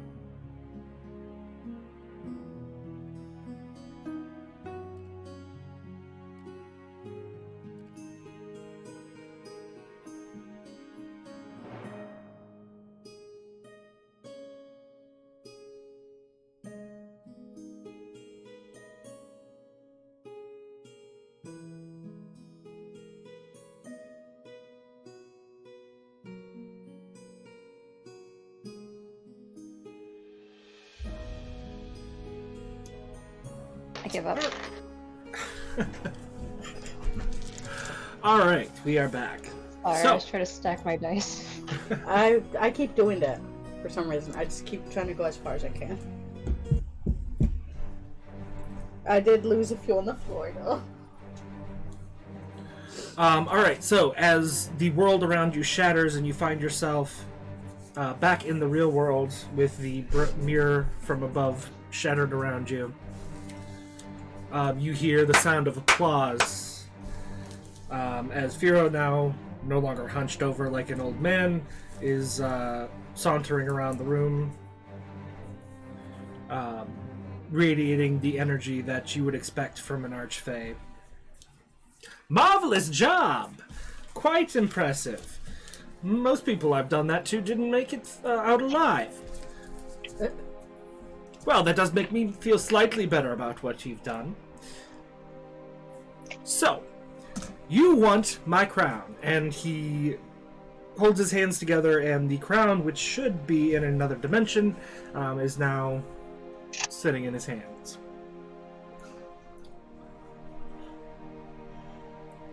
God damn it, dude. Oh, how rude of me. First, may I have your names? Damn it. Oh, alright. Hold on, we're gonna have to take a moment here.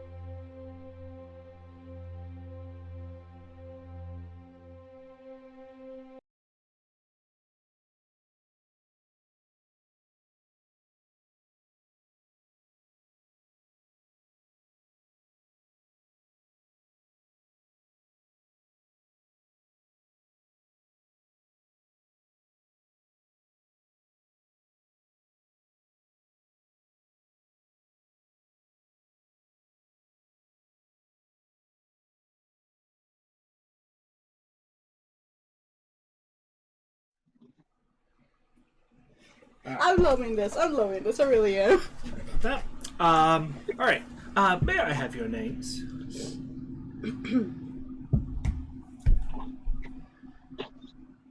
And why would you want our names?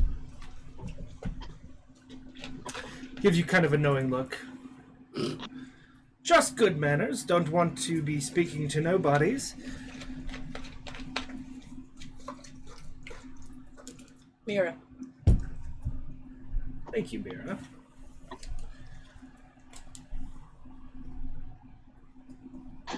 And the rest of you? Zuko? Echo. No, you don't, Echo. Hmm? You know Ooh. better. Oh. Yeah, I was...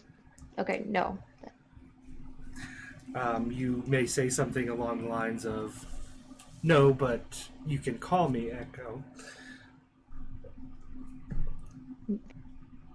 Yeah, no, but you can call me Echo.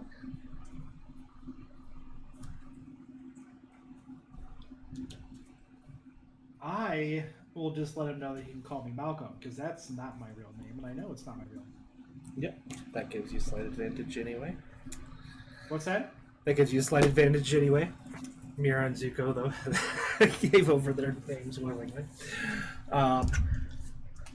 Okay, this does not work. Not enough stuff in it. We both know I could have lied. Fantastic. Well, you all seem to be very confused. This is a crown, typically worn by kings or queens. He gives kind of a significant glance in Echo's direction.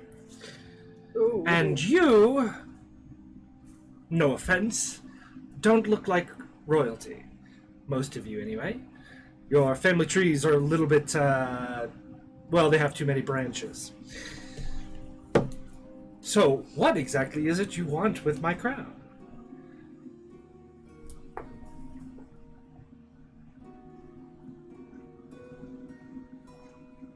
don't like this guy.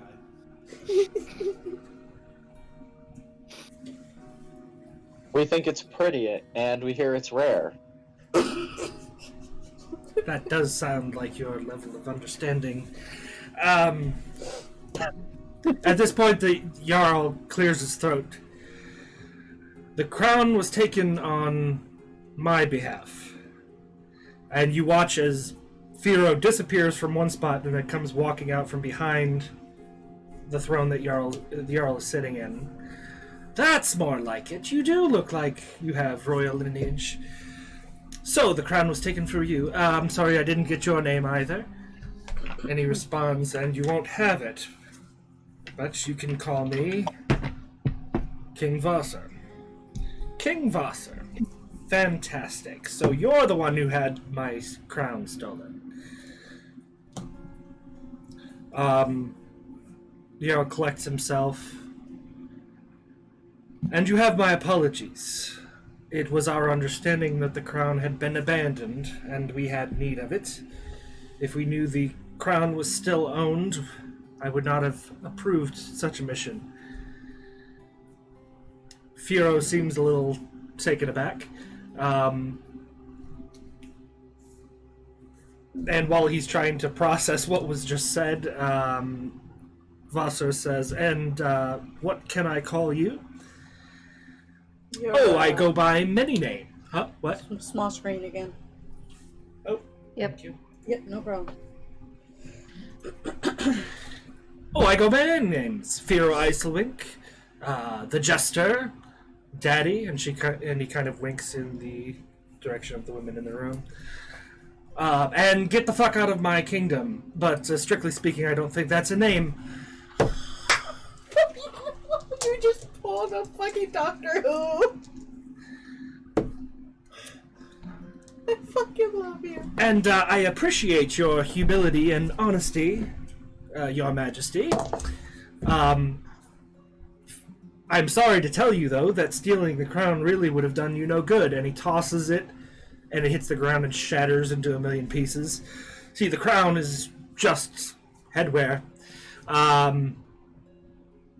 Does no good without being part of the deal that created it. But I like you. And perhaps we can make a deal.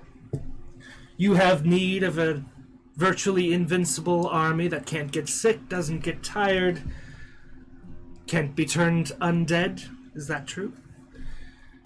The Jarl says, yes. The entire continent is under threat from an evil god named Orcus. He has moved into our realm, has taken over a city, and all attempts to stop him have just grown his army.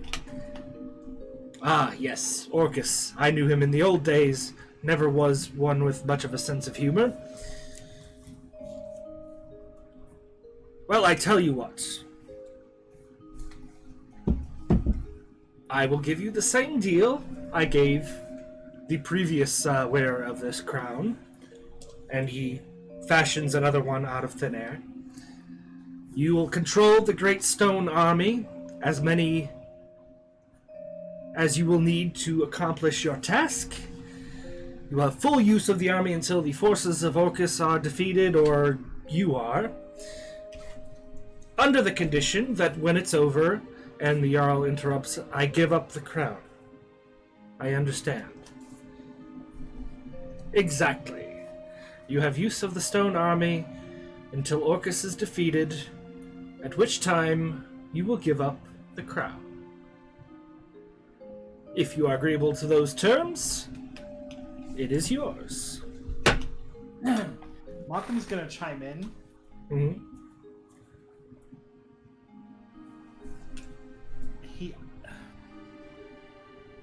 So how does my gun work? Is it they have to be lying to me, or can I just sense when they're lying? Period. Essentially, it works as an automatic deception sector. Yeah, if they're lying to anybody. Well, I guess maybe I guess I'd prefer. So, like, what kind of deception? Because Straight out lies.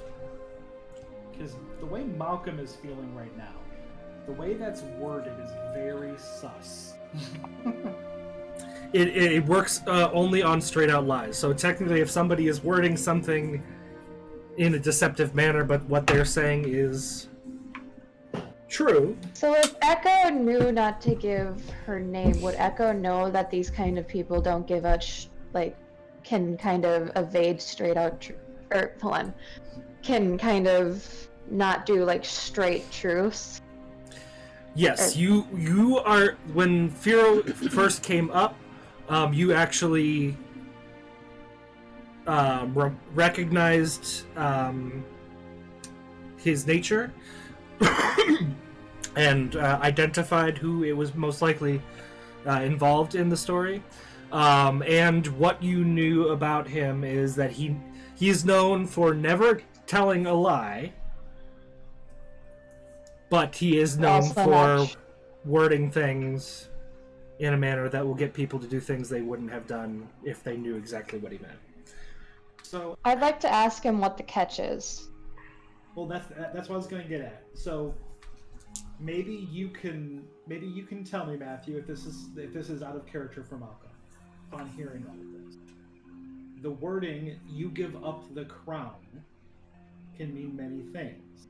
It can mean that you give up the physical stone crown, or he could Or you give up the... he could give up his kingship once the battle's over.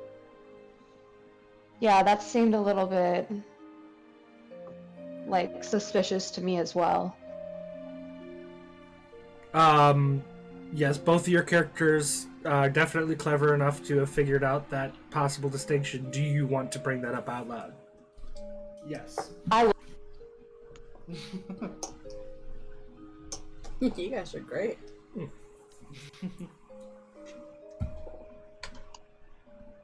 Okay. So to interject and say, by crown, what exactly do you mean? I think we need some clarification on that point of the deal. Impressive. What exactly do you think I mean by give up the crown? I think you're asking our great Jarl here to relinquish his throne. Does that sound like what I'm asking for, Your Majesty? Now that it's been brought up, that is what it sounds like. It would be no difficulty for me to surrender this power.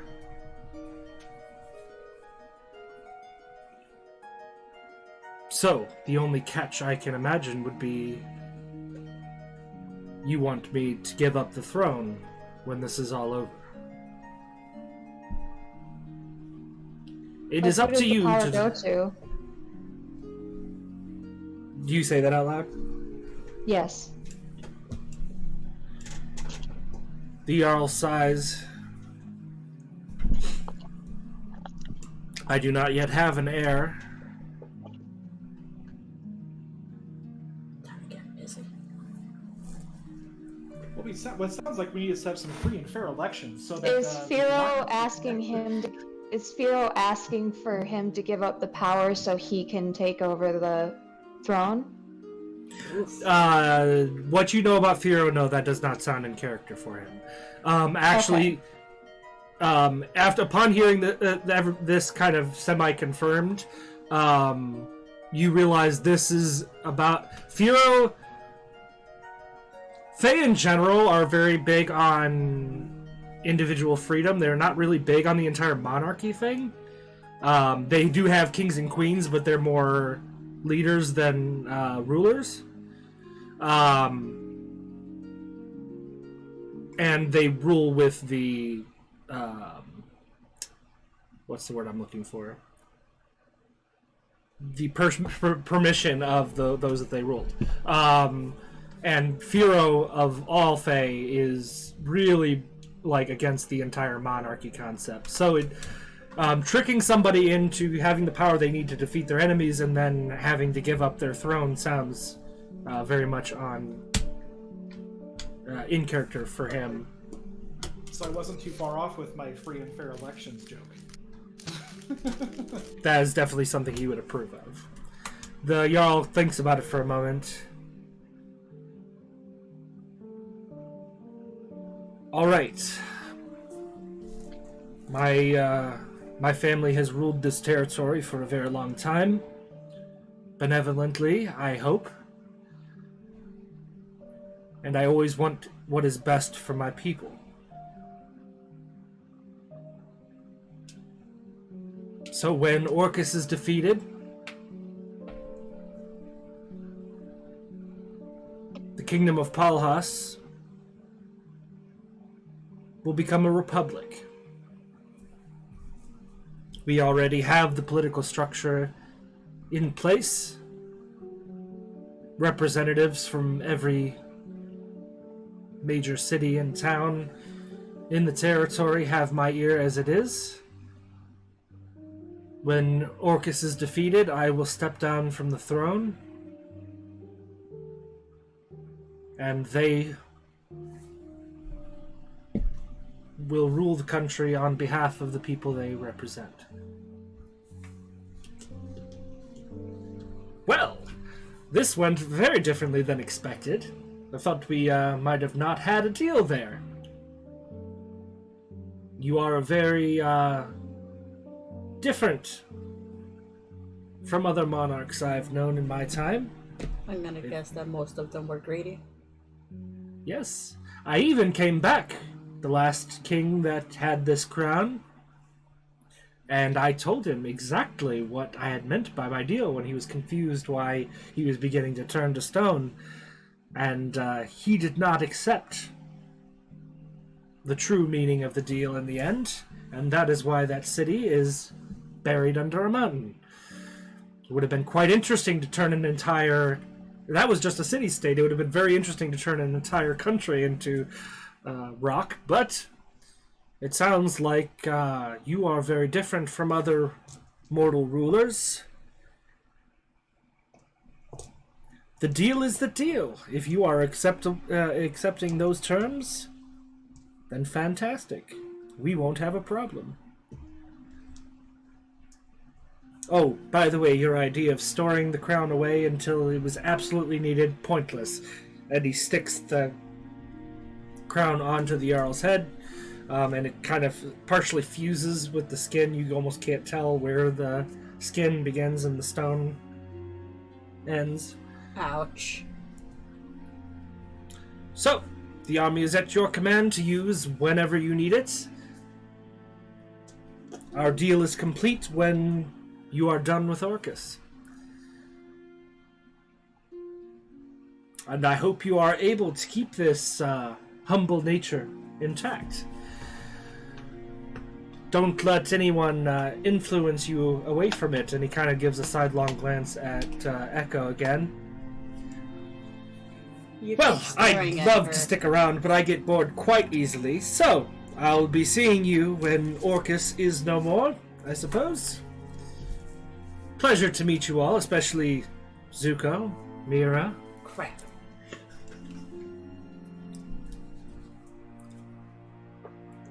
I feel like they just sold their names. I feel like we did. Yep, I think you just gave it. I don't think you're supposed to be giving your names to a Fae. I think you're right. My fuzzy brain forgot that. Yep. Well, she almost did too, but I told her, Echo would know better. Yeah, I forgot. Way to use my sleep deprivation against me, sir. And with this, Firo kind of saunters across the room and vanishes as he does. I kind of thought that too, but I'm like, you know what, Malcolm's not my real name, so... Well, Mira isn't my true name either. I just forgot what my actual name was. I know I wrote it down, but I don't remember what my name was. A little different with you, though.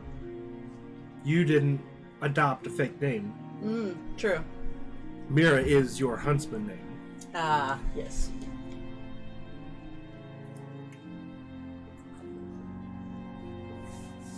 So what are some things that can happen because we let this information out?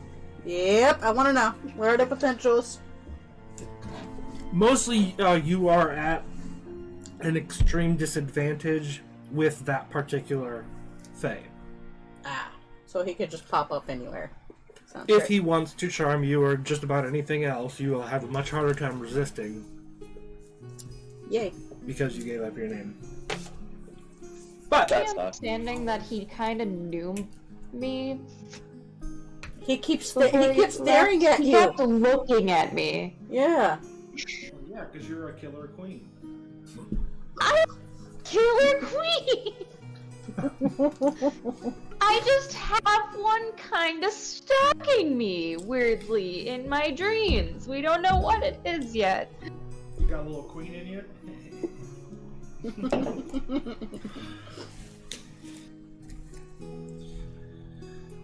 Voster says, "Alright, well, that was quite enough for one day. We will convene again tomorrow to begin discussing our plans for the Quorum of Creomond.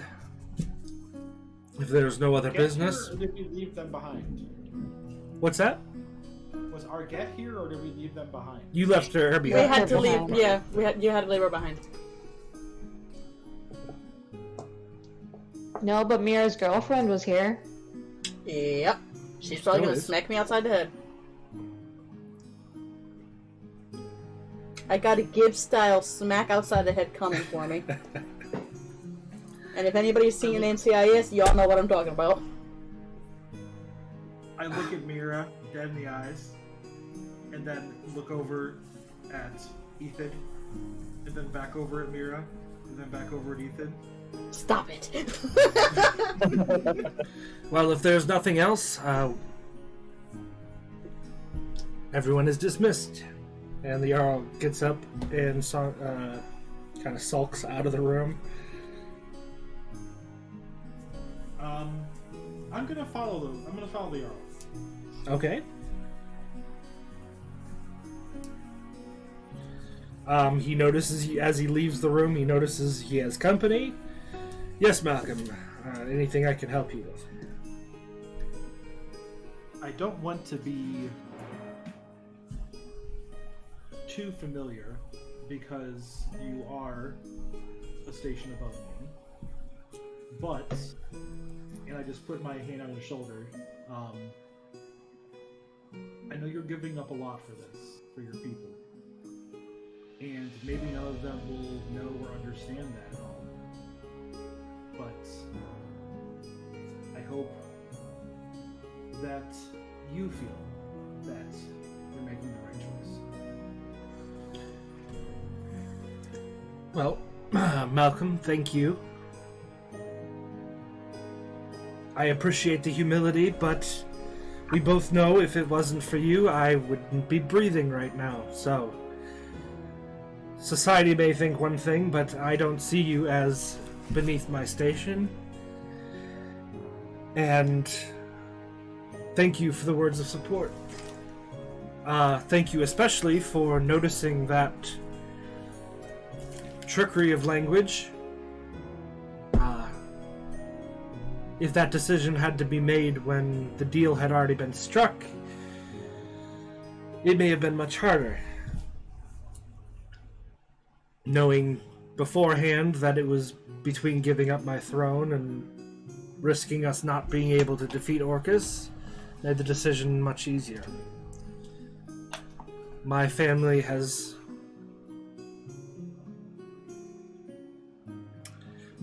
been loved by the people here for a very long time. Becoming their king again was about doing what was best for them to begin with.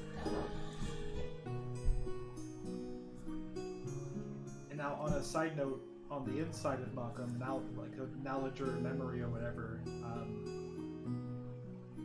is this the city with the silver lions? Yes. With the what? Silver lions. Yes. The big lions? Okay. Yep. Yeah, just outside of the city, but yeah, this is, it's down the road. Right, the Jarl owns that, all of that, right? Yeah. Oh boy. So, one more thing. Yes. When you step down,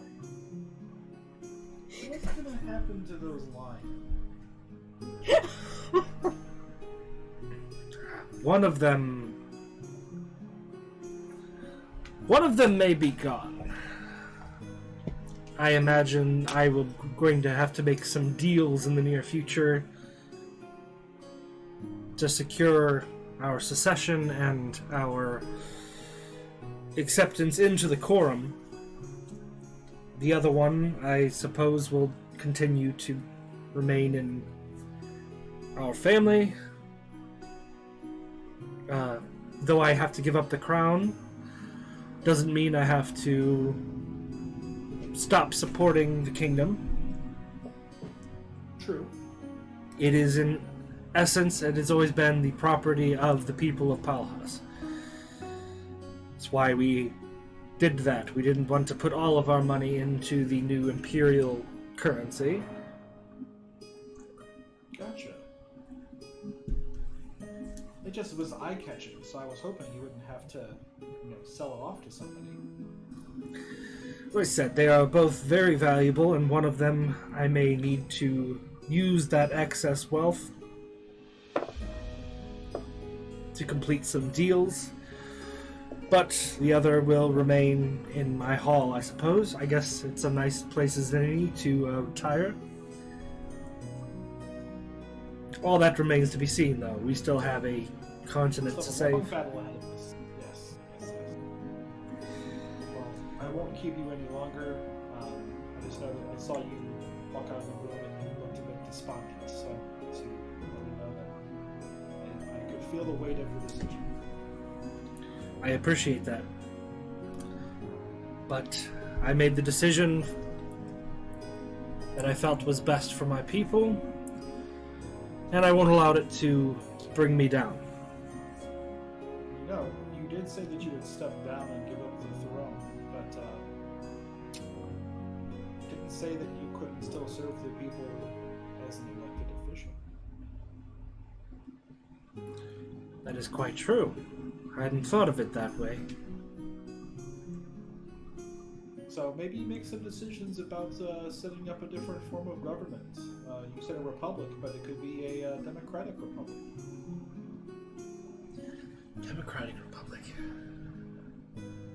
Well, I guess I'm not sure if they would know the term democratic. The concept exists, yeah. You've served Palhas you've does served have a quite fairly well. well-educated populace. Such a form of government could work very well here. And you've served the people well, and they know that. So, if nothing else, you have a very high chance as the incumbent to a fair election. Thank you for bringing that up. I will take that into consideration. I'll see you first thing tomorrow morning. First thing tomorrow morning. Alright, so while that conversation was going on, what was going on in the court? Okay. Did Ethan approach Mira? Fuck! Stop! I'm still trying to put words together, or Ethan- I'm gonna end up blurting it out like a moron. Ethan does come up. Gave your name to a Fae. Rookie mistake. She is concerned, but also somewhat amused by the situation. There is a first time for everything. Well, I thought it took a whale you first. annoying as he may be, he does seem somewhat benevolent for a Fae. Could be worse Fae you could have given your name to.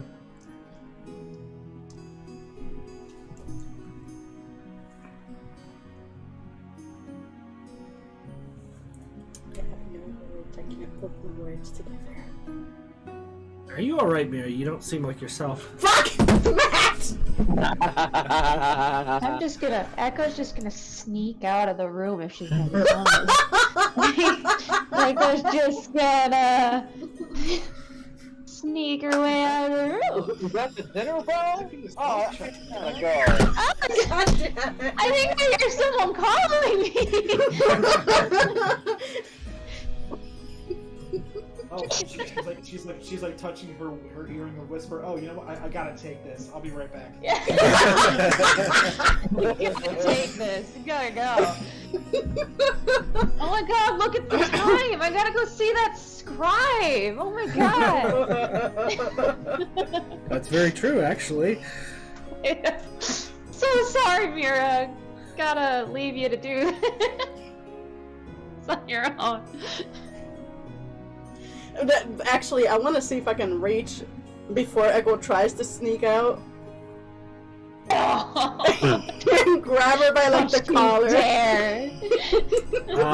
Okay. That will be. Well, I mean, I would say that she would be making a stealth check because. Oh yeah, I want to try and make some. Oh yeah, roll a stealth check. See if you can sneak out without her even noticing. God damn it!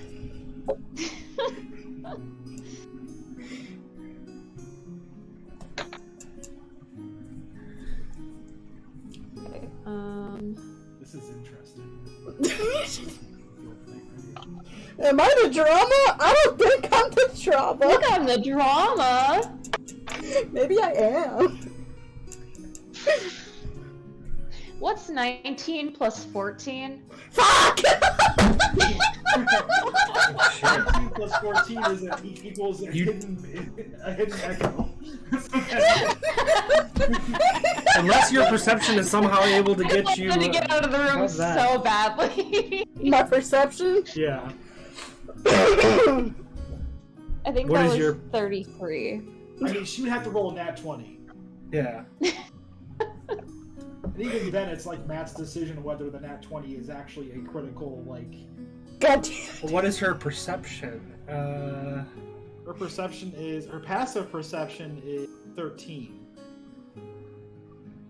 Regular perception is plus 3. So there's no way. No, yeah. Echo vanishes. God damn. Echo never existed. Echo is a figment of your imagination. Fuck you! God damn it! Echo disappeared Oh, so hard you forgot what she looks 19, like. I'm sorry. She vanishes like an echo from against the wall. Like, you know, the actual echoes. Alright, so Mira, what do you say? Alright. Can we speak in private? Okay.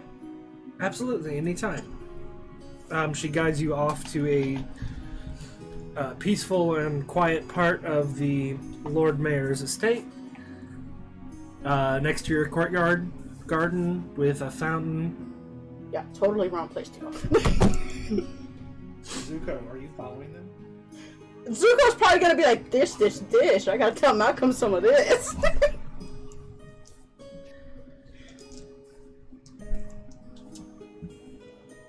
So what do you say?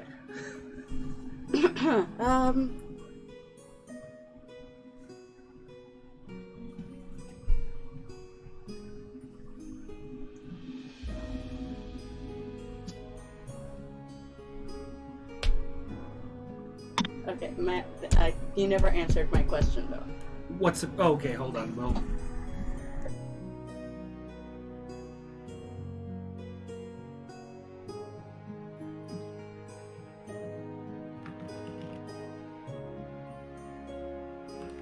Awkward. alright, go ahead. So Everybody can hear, right? I want to make sure I unmute. Yeah. Okay, good. Yeah. while traveling to get Malcolm's god weapon, Echo and I got playful close, but then it became something a little more. And I want to know if you are okay with sharing me with Echo. Okay, the first part of it, she looked a little bit, I mean, this is very hard for me to say. yeah. There was you could easily clock a little pang of jealousy, but like she was trying to process it in a way that would be civil. When you added the "Are you okay with sharing me?" she looks a little like she got. My vocabulary just falls apart when I'm playing this game. Damn it. Piqued her interest. No, well, like she got tackled from the side, blindsided. That's the word I was looking for. Tackled from the side. Shit. That was unexpected. It's very hard for me to say exactly everything. Well, this brings up a lot of questions. When you first started explaining this, I mean, I was an adventurer once. Sometimes these things happen out on the road. Right. But I guess we've never gotten around to 100% defining our relationship. I don't know how strongly you feel for me or for Echo. I don't know if I am just here for carnal pleasure or if there is something You more. are not here just for carnal pleasure. So you're saying that you I love you, and I have feelings for you. And for her, I'm starting to develop feelings as well.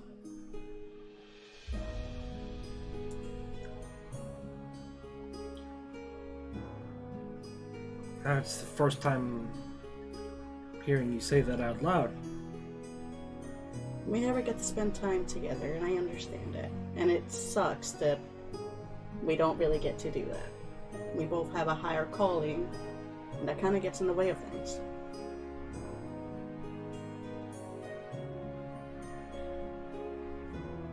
Well, thank you for being honest with me about this. It's a new experience for me, but I guess if I'm able to have any part of you, that is an honor. Thank you, Ethan. I was very afraid of this conversation. And if you truly love us both, I can accept that. I do. I don't know what the future holds for me, or for either of us. We both have very dangerous lines of work. Me too. And like you said, we both have higher callings, but I'll always be here when you're around, whenever you need me. And if some more develops between you and Echo, I'm okay with that. We'll take it a day at a time. I feel very relieved, and I embrace her. And give her a passionate kiss. At the end, she says, "We do have a few days where we're still going to be in town. I may need to leave ahead of time, take care of some arrangements, but I would like to see more of you while you're in town." I agree. Let's try and maybe meet at the tavern or possibly go for a walk. That sounds great. No, in fact, we don't have anything to do until tomorrow morning. Would you like to go now? Seems Echo's gone off to do something. She's vanished Echo appears completely. right next to Yes. you guys out of nowhere.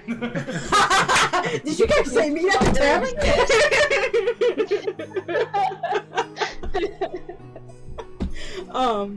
Yes, I would love to. Alright, so you two go off and spend some time together. Zuko, I Malcolm, need to pee. anything you guys do after your deal there? I don't think so. Okay. I think I would probably just go back and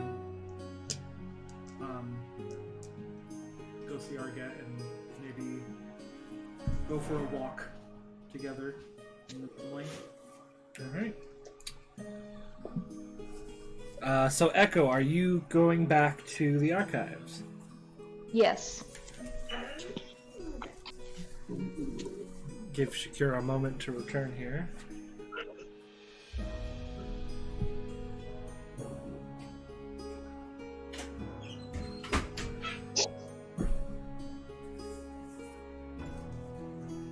Oh, she can still hear. What am I saying? I forgot that you're on earbuds, so you can hear what's going on anyway. No, I can't. All right. Well, kinda. It's all one-sided. What do you mean? Like I Oh, you can't hear my voice, right? Yes. Right.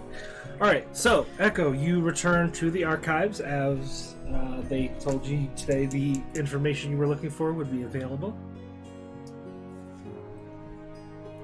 You go into the ancient stone building, and in the main hall of the library, you manage to quickly find the scribe that had promised to find this information for you. He is immediately recognizes you, and it seems somewhat startled, but oh yes, you're here for the information on that Fae character you were looking into. I found quite a bit of information. I haven't been able to go through most of it. As I said, it's a very large volume. But I have set aside a again, I know words. Words are a hard, small baby. hall. A quiet place for you to go over the materials if you wish. Thank you. Okay. He guides you off out of the main hall of the library and into a small circular domed room. The circular walls are lined with books in of itself, and there is a large table in the center with a chair. It is absolutely stacked with books. You have use of this room as long as you need it. If you need to leave for the day and come back, we can leave everything as it is. I'll give you some privacy. And he kind of backs out of the room and closes the doors behind him.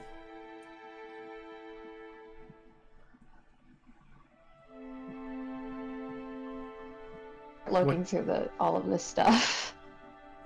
What's that? I start just looking through all of the stuff. Okay, you begin to approach the table. Just more description of the room. Like I said, the lower level is completely covered in bookshelves. There's also a balcony along the floor above you that encircles the room.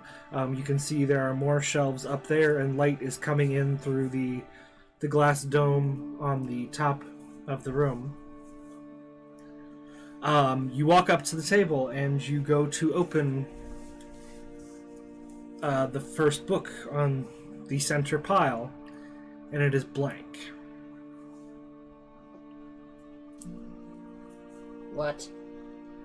As you open this book with your extremely high passive perception, you notice the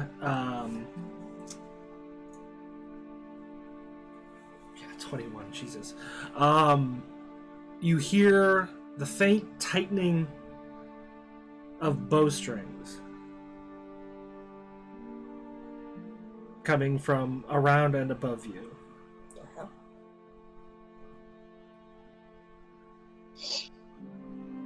What do you... don't want to move ahead in case you have anything you want to interject here. Not that I can think of now. All right. Do you look up? Do you pretend you didn't hear it? What do you do?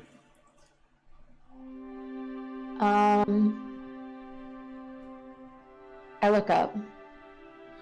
All right. You can't, for the life of you, figure out where in the hell they could have been hiding when you first entered the room. But now on the balcony above you, perched on the railing of that balcony, on all sides of you, there are about 6 figures in brown, either robes or cloaks, with oversized hoods. And they all have their bows aimed in your direction.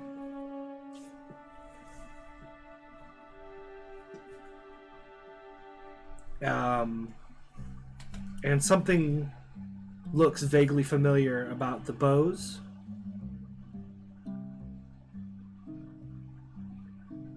You also notice a tattoo on the inner forearm of the one straight ahead of you that looks somewhat familiar, but it's mostly obscured by the sleeve. Once he sees that you have turned your attention upwards, let me see if there's anything. No.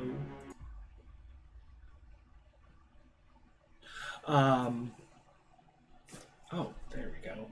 That'll work.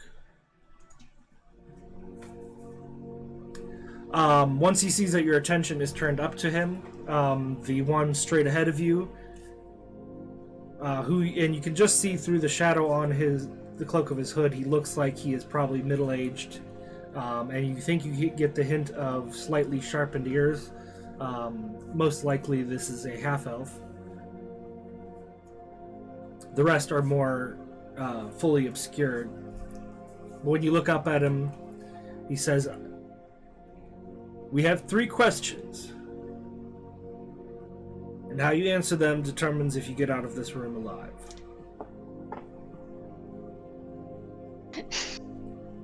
Bless you. Bye, Echo.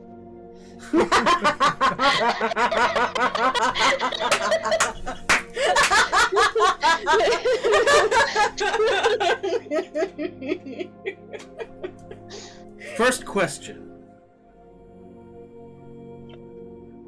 Why are you traveling with the one they call Zuko? Daddy's here. Zuko, get your dad. Oh my gosh. So We're she's like, why am I traveling with him?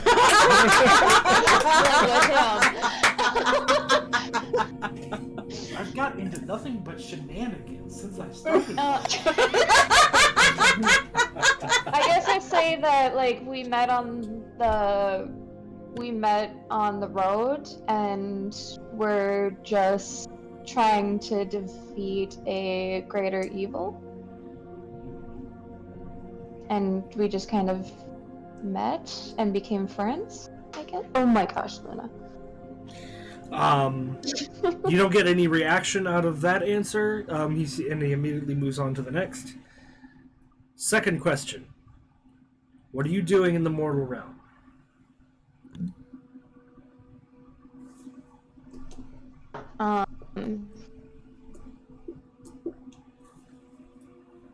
Trying to find answers to how my village and family died, or my family and my village died. Third question, and this one's very important. Why do you seek information on the Queen of Shadows? Oh boy. Because I keep seeing her whenever I meditate or just she comes in whenever I keep getting visions of her. And what do you think those visions mean? I'm not really sure. They're terrifying. As soon as you say terrifying, you notice at this point that the rest of them have tightened those bowstrings even more. once you started, you said you were having visions of the Shadow Queen. Good. I'm gonna die. But he actually kind of loosens his grip a bit. You notice the rest of them giving him kind of a sidelong glance. One of them speaks up. She's practically confirmed it. And the man that was addressing you sighs, I know. But it's not her. Well, it is her, but it's not really her. He lets his, bow go completely loose, holds it in one arm, and hops down. And while he doesn't have the light landing that a full-blooded elf would have, he does still manage to land gracefully on a uneven pile of books in front of you and stay crouched. At this point, the rest of the people on the balcony seem to reluctantly let go of their ready-to-fire stance. And the man pulls back his cloak. He is, in fact, half-elf, roughly middle-aged. Dark hair with kind of gray streaks coming in over the ears. And he says, "My name is Mirren, leader of the last of the Cormanthor Gisei." And at this point, you realize why you recognize the bow, and you can fully see the tattoo on his forearm. The bow you recognize as the piece that Zuko had shown you in the museum, and the tattoo on his forearm matches Zuko's as well. We are primarily tasked with protecting sacred elven sites that have been left on this continent, abandoned when settlers began coming back. We are also, though this job does not come up as often, responsible for investigating and, when necessary, stopping Fae incursions. Kind of grins and he's like, "That means you." What do you mean? Well, this I'm isn't your confused. world. Fae things are supposed to stay in the Fae realm. But if we tried to stop absolutely everything that came through, we'd never be able to do it. So we tried to judge situations on a case-by-case basis. However, for generations... Oh, come on. We've been warned about an old Arch-Fae known as the Queen of Shadows. When we were informed that someone clearly from the Fae realm, came here looking for information on her, we had to investigate immediately. So has it occurred to you that you may be this Queen of Shadows? I mean, I've seen pictures of her in books, and she looks like me, but I don't have any memory of her, and I don't think I'm her. Because I'm nothing like what I've read about her. At least I don't think I am. How old are you? I clearly... Oh my god, I have to look that up. I don't remember. Did you want to pause and give him the bottle again? Yeah, go ahead and look that up. We will continue this conversation in just a moment. Okay. I'm sorry, sweetie.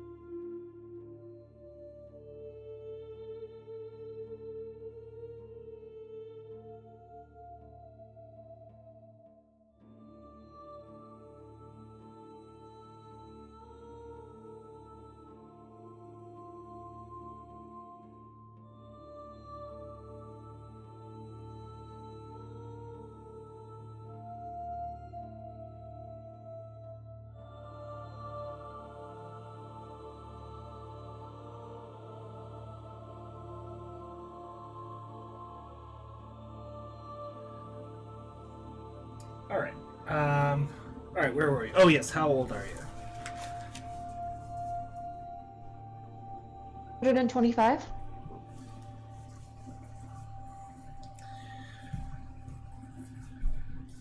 He gives kind of a forced smile. So you came for information on the Queen of Shadows, but I have unfortunate news for you. You're not going to find much on her in books. And he kind of picks up one of the books that had been set there for this trap and tosses it aside. So, I'll tell you what I know. The Queen of Shadows ruled for several hundred years. She was once upon a time very benevolent leader.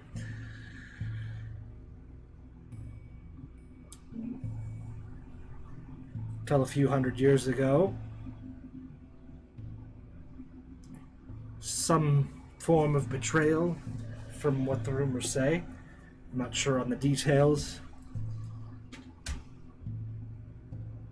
But the betrayal hurt her enough that it changed her.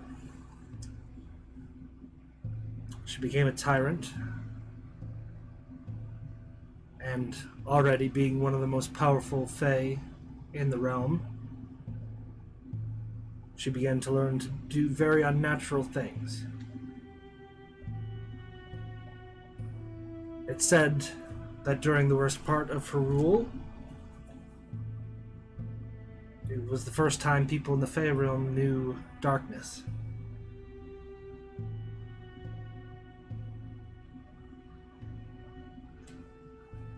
She began consuming the spirits of her fellow immortals. After a time, she became a threat even to other Arch-Fae. A resistance grew,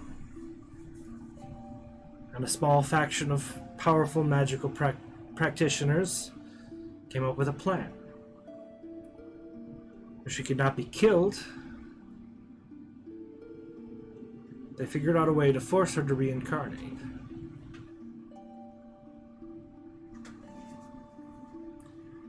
And that plan came to fruition about 125 years ago, give or take. You're...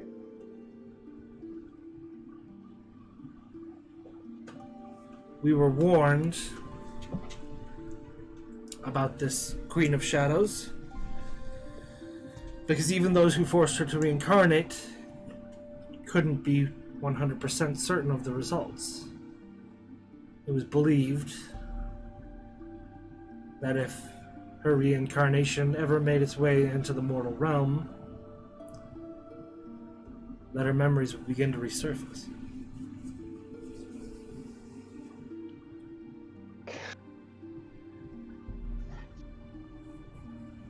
For as long as she remained in the mortal realm, she would be neither evil nor as powerful as she once was. But when she crossed into our world, that could very well change.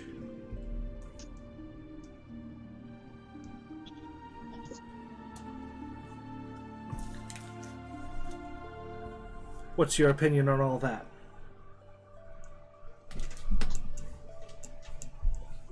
So you're telling me that I am the Queen of Shadows reincarnated? I can't tell you any such thing because I can't be certain. But it sounds about right, doesn't it? Yeah.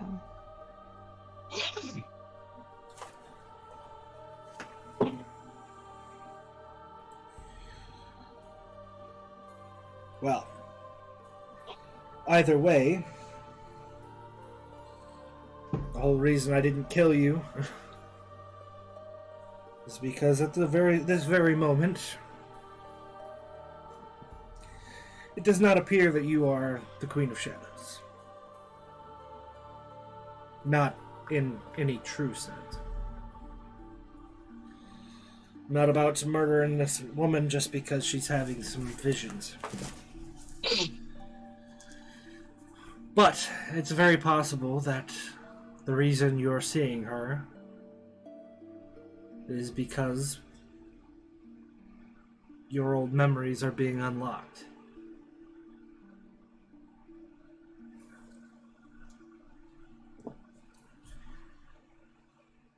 If I can give my personal opinion on this, what is your name? Echo. He kind of laughs. Echo.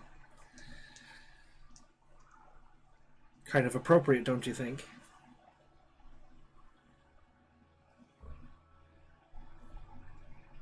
You're friends with Zuko. And the others? Yes. I don't know how much they've told you about their past.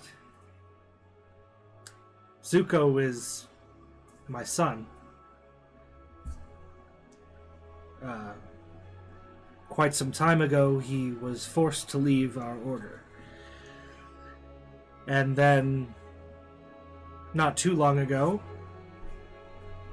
all of them found that their memories had been erased. They had lost all the memories that made them who they were. As far as I understand, they weren't without them for very long before they recovered them, in a sense. But I can tell you that my son, the boy that I raised, even from that short time of having his memory erased, became somewhat of a different person. And I wouldn't be surprised if that's true of all of them.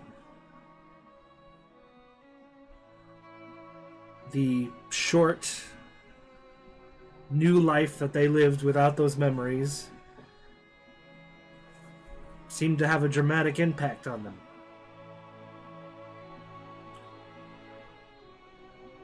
And regardless of what you may have done, who you may have been, this Echo is not the Queen of Shadows.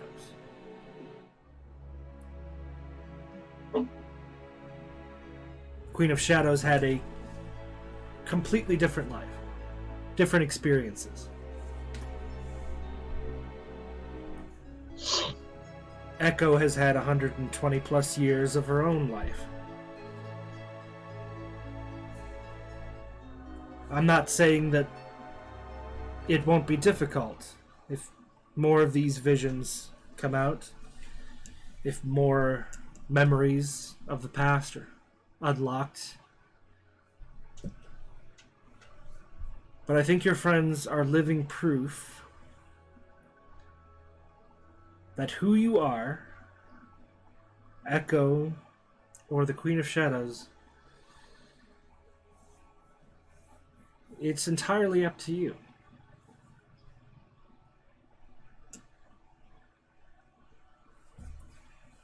You may be forced to embrace this darker side so you're not overcome by it. But what you do with that darkness is your choice. No one else's.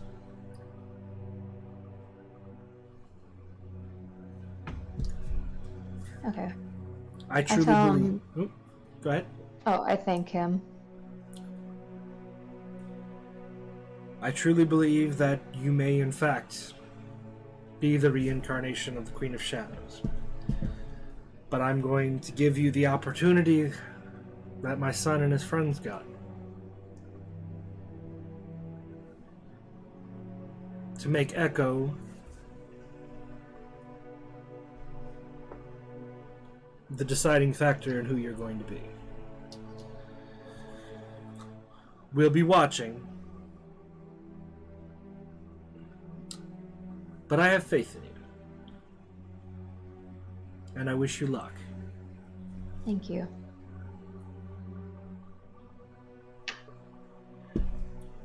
Tell Zuko I said hi.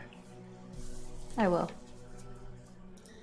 He makes his way out of the door And you notice at this point that the others on the balcony above have completely disappeared. And you are once again alone in the room. What do you do? I first catch my breath before.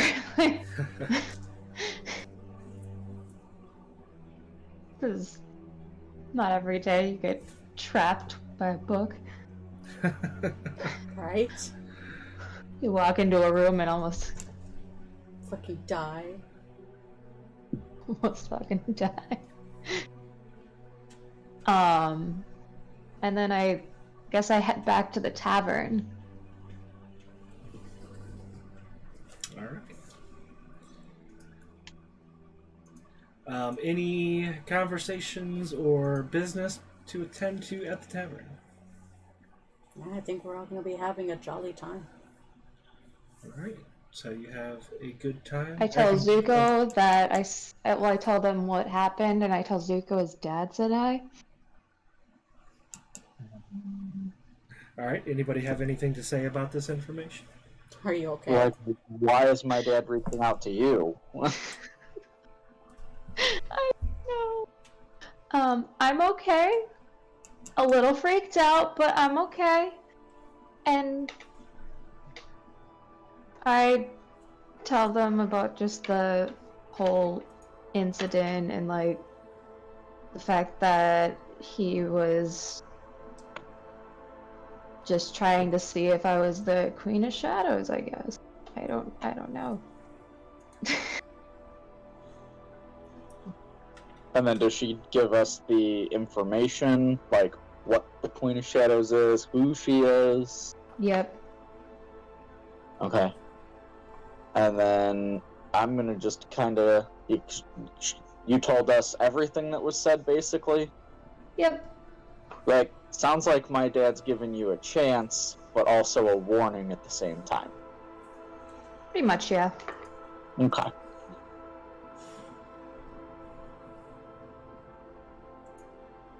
How's he doing? He's asleep. All right. Anybody else have anything to say?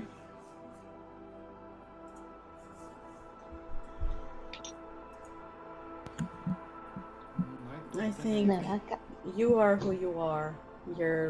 If you are forced to embrace the shadows, I hope you can come to us to help you.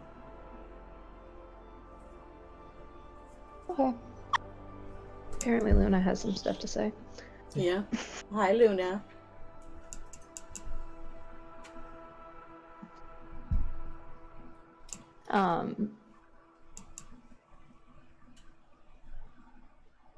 But yeah, I will definitely come to you guys.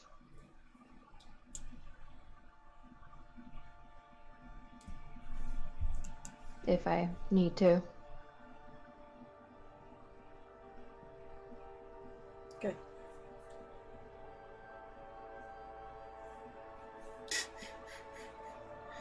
Please tell me. Yes, I'm in the wrong month. Okay. That would have been funny if I fucked that up that bad. Alright, so if there's no other pressing business, you guys get up and go back to the Lord Mayor's estate.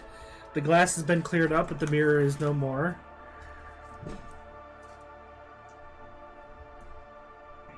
The only ones in attendance this time are the Jarl, or King, Arget, Bless you. or sorry, Ephid. I was about to say our Arget was Yeah, allowed not to come this Arget. time. Ephid, Sebastian.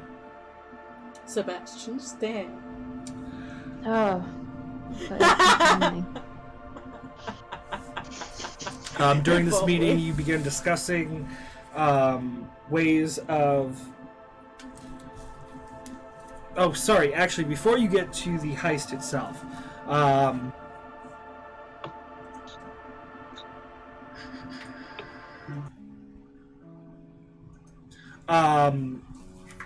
the Jarl mentions something that has come up. We've been studying the fight between the Imperial Vanguard and Orcus's army.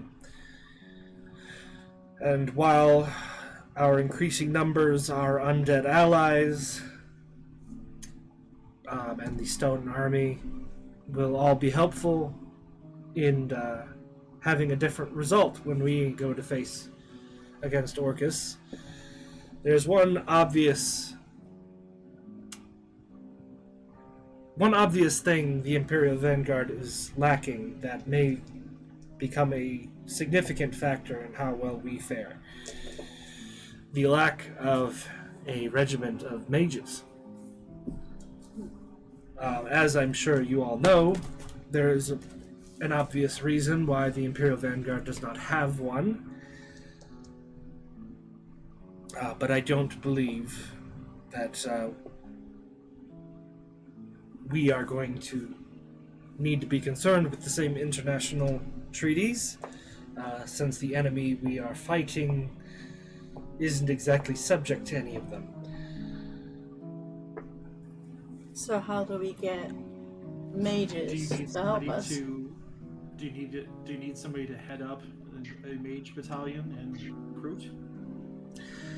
Well, of course, the international treaties are one problem, but it's also a somewhat self-regulating rule.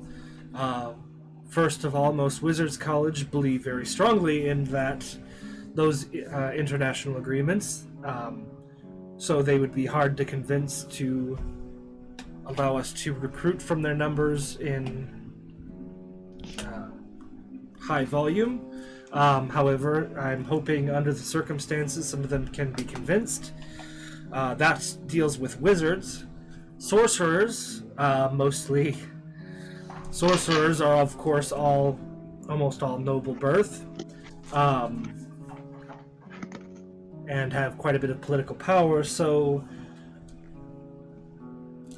convincing sorcerers to put their heirs in harm's way can be quite expensive, prohibitively so. But I think I have enough influence with the sorcerers' lineages in our territory to perhaps recruit a few. But the Wizards College is going to be the difficult, so if anybody has any thoughts on how we can overcome that difficulty when the time comes, that'd be appreciated. I wanted to bring this up now so we can address it before it's time for us to march.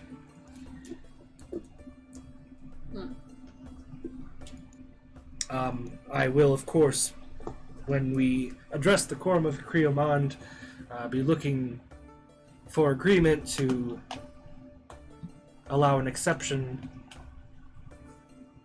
to this rule in pursuit of defeating Orcus. But please let me know if you come up with anything, and we shall move on.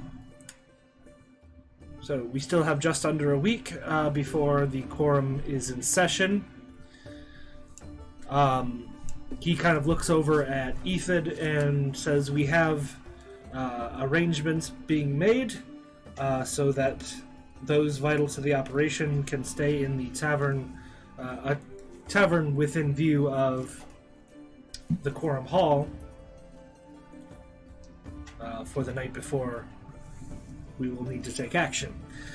He shows you, Sebastian brings out a map of this is just a simplified version, of the Quorum Hall.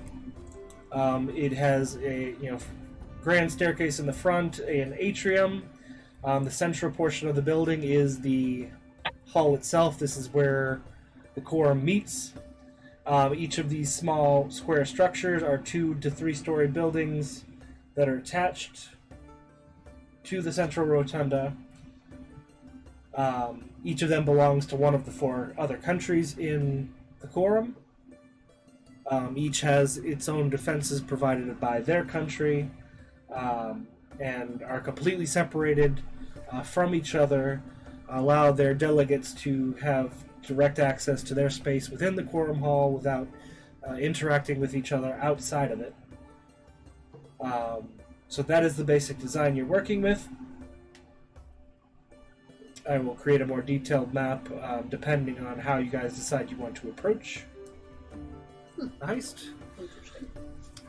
But the central rotunda is very similar to, a Capitol building. Has a nice big dome on the top. Takes up a majority of the space. As you said, each of these buildings attached to the sides and the back belong to one of the 4 countries. The Jarl says we want to avoid as much bloodshed as possible. Kill as few people on our attempt to get in as we can, because we don't want to be creating enemies before we even get into the rotunda, especially with the delegates from... And I just had a brain fart. Oh shit, I don't have...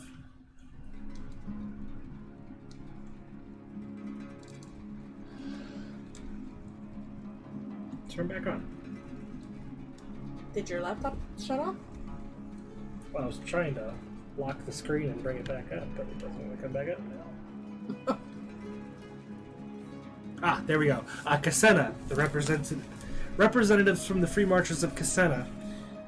They are our staunchest allies in this endeavor, and we, of course, could lose their support if we start killing their guards in our attempt to get into the building.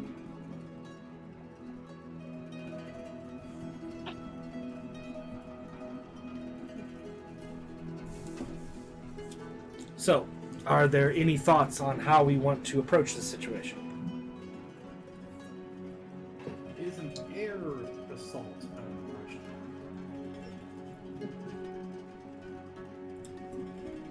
You mean come in from above? Yes. Directly into the rotunda? Yes. I don't know if you're bringing a salt. Are you also gonna bring a pepper? That took me a minute. Come again? So that took me a minute. The Jarl looks very excited. This isn't something I'd considered. It would avoid most of the problems, especially if we approach from the rear. We'll reduce the amount of tension. There's this contingent of vanguard that guard the front atrium and will not leave regardless of what distractions may be going on around town. So we'll avoid them by going from the rear, but how do we keep reinforcements from being called when they see an airship flying above the rotunda? Possibly a distraction out the front. Ethan pipes in, well, as Fear pointed out, that army is yours up until you defeat Orcus. That includes anything else you may need them for. What if we use the army to surround the city, get the defenses in the city pulled away? The stone soldiers won't be... Well, I don't know how indestructible they are, but they can afford to stand still and not harm anyone while they're being attacked. It'll distract all of the city's defenses. The only ones we'll have to avoid are the ones in the atrium, and as you said, if we fly from behind, it's very possible we could simply be dropped right into the rotunda. And this is a port city as well, right? So isn't like the rotunda like on the lake or on the water? Let me double check the map.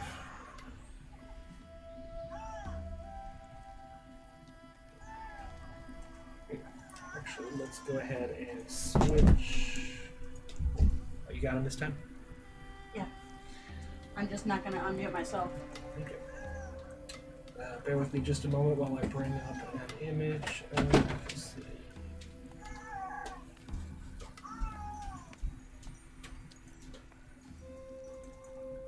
Wrong city. Wrong leper!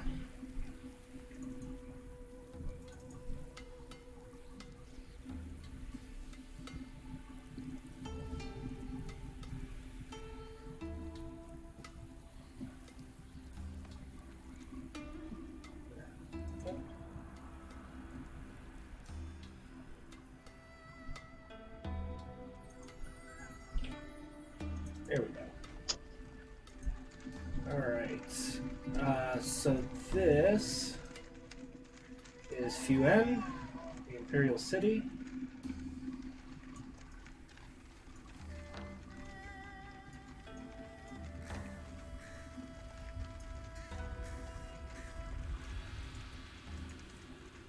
So that is the Imperial Palace. Where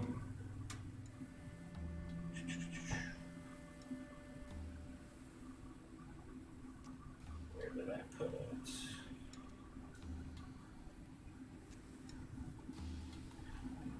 The Quorum Hall is actually on the opposite side of the river.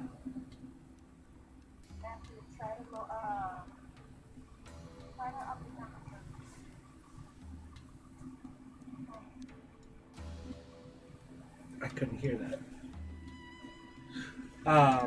So right about here. It's situated with its side facing the river. The back is over here.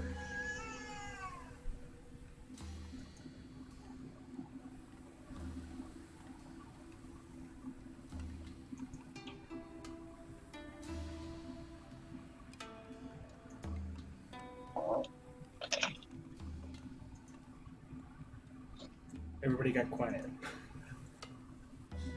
I mean, I'm here. I thought you were talking to Mira, because you said you couldn't hear her, and then I dazed out for a second. Yeah, sorry. The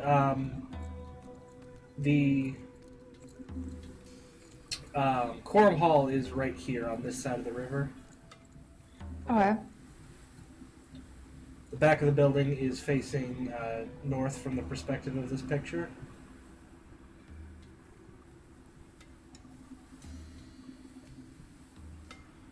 Does Serenity look like a boat from above? Look like a what?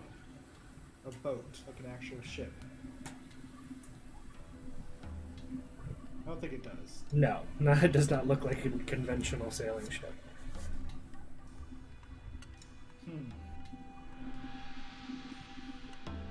Now, you don't need to make all these decisions right now. If you guys want to work on details before the next session, that is fine.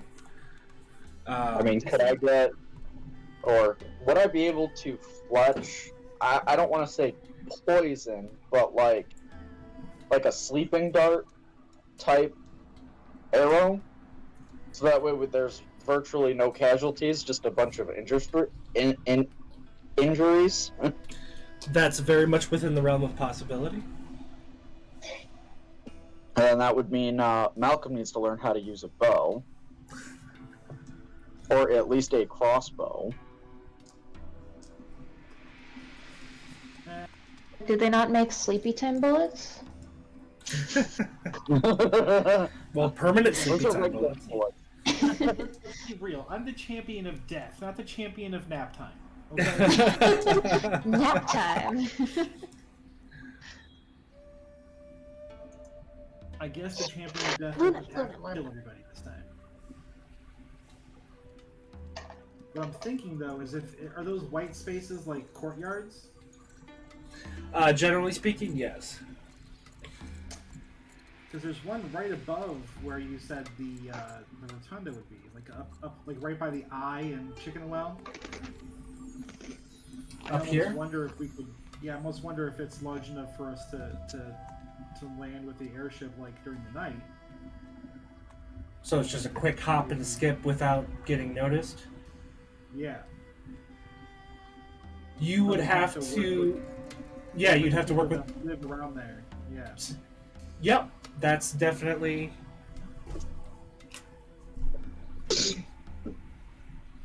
Alright, I'll write that down. I want to hide the ship. Kitchen could, like, lift off and drop us into the rotunda in a matter of probably fucking seconds, almost. Yarrow brings up the... yes, okay, sorry. As for Jake's question, there are poisons, so to speak, specifically meant to cause sleep rather than being fatal. You would simply have to talk to the right people, because obviously the sleep poisons are not. You go around asking people for sleep potions, they think you might be up to something. So you'll have to ask the right apothecaries to get your hands on that potion, and of course pay for it. But yes, that can be The Jarl done. doesn't have like court apothecaries. What's that? The Jarl doesn't have like court apothecaries.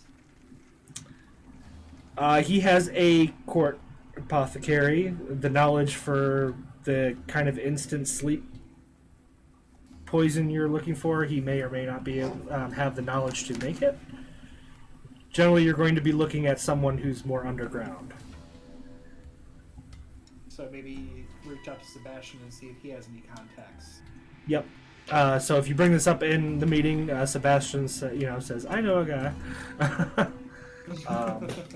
I know a guy that knows a guy who also knows a guy. Sleep poison. Who knows a girl? Who knows a dog? Okay. You guys are talking about sleeping and all I'm thinking about is the damn College Humor Batman. Where That's what I was thinking as well. I was literally just about to send that to the group. they're sleeping. They're sleeping. All right. You read my mind. I was literally just about to send that. Asleep. They're sleeping. All right. So you jump from the ship, break through the windows of the rotunda. You have another 60 feet from the top of the dome. All right, flying carpet. No. I wonder though. So we can drop into the rotunda or drop through the glass. I mean, we can't just like slide down some ropes from the airship. You'd either be going one at a time or Several. you'd need several ropes. But yep, that's an option. Won't be fast, but yeah, you can rappel down. At that point, you may be facing some guards in the rotunda while you're trying to descend, so that's something to keep in mind. Well, the majority of us could go down on ropes, while Zuko is on the flying carpet, nailing people with sleeping arrows. Could we also make a potion that explodes in like a mist? Like a sleeping gas? Kind of like a sleeping grenade? Would we have to get gas masks? Would we have to figure out like a gas mask situation in that case? The arrow points out we don't want to put the delegates to sleep. Damn it! Well, you know what? Yeah, we could. We could just kidnap them. It'd be alright. The I arrow don't is think- trying to show I do the not think that would go over well. utmost patience. I appreciate the enthusiasm, Zuko, but we need... At the moment, the best solution I can see is that you very quickly take out any guards with your sleeping arrows that you can and get us to the ground so that you can put me in front of the quorum and we can end the hostility as quickly as possible.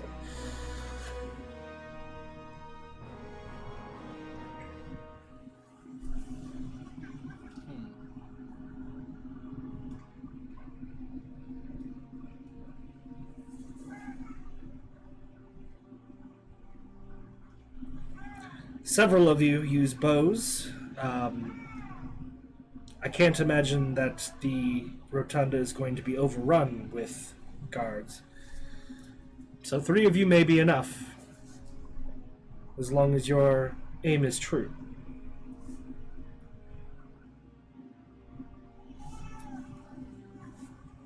Okay.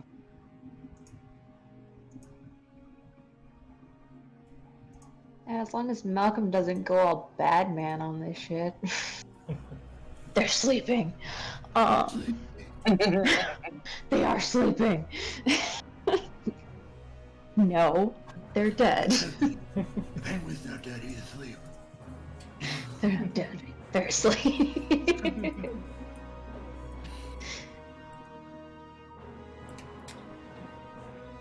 I've watched all the Kalashina Batman series. It's pretty good. Oh, I have two. All right. Well, it seems you guys have a working plan.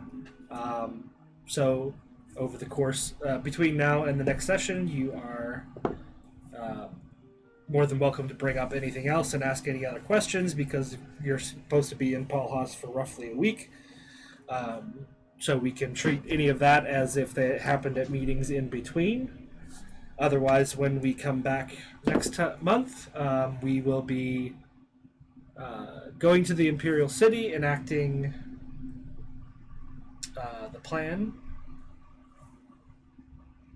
and hopefully getting Palhas Kingdom into the Quorum of Akriyaman.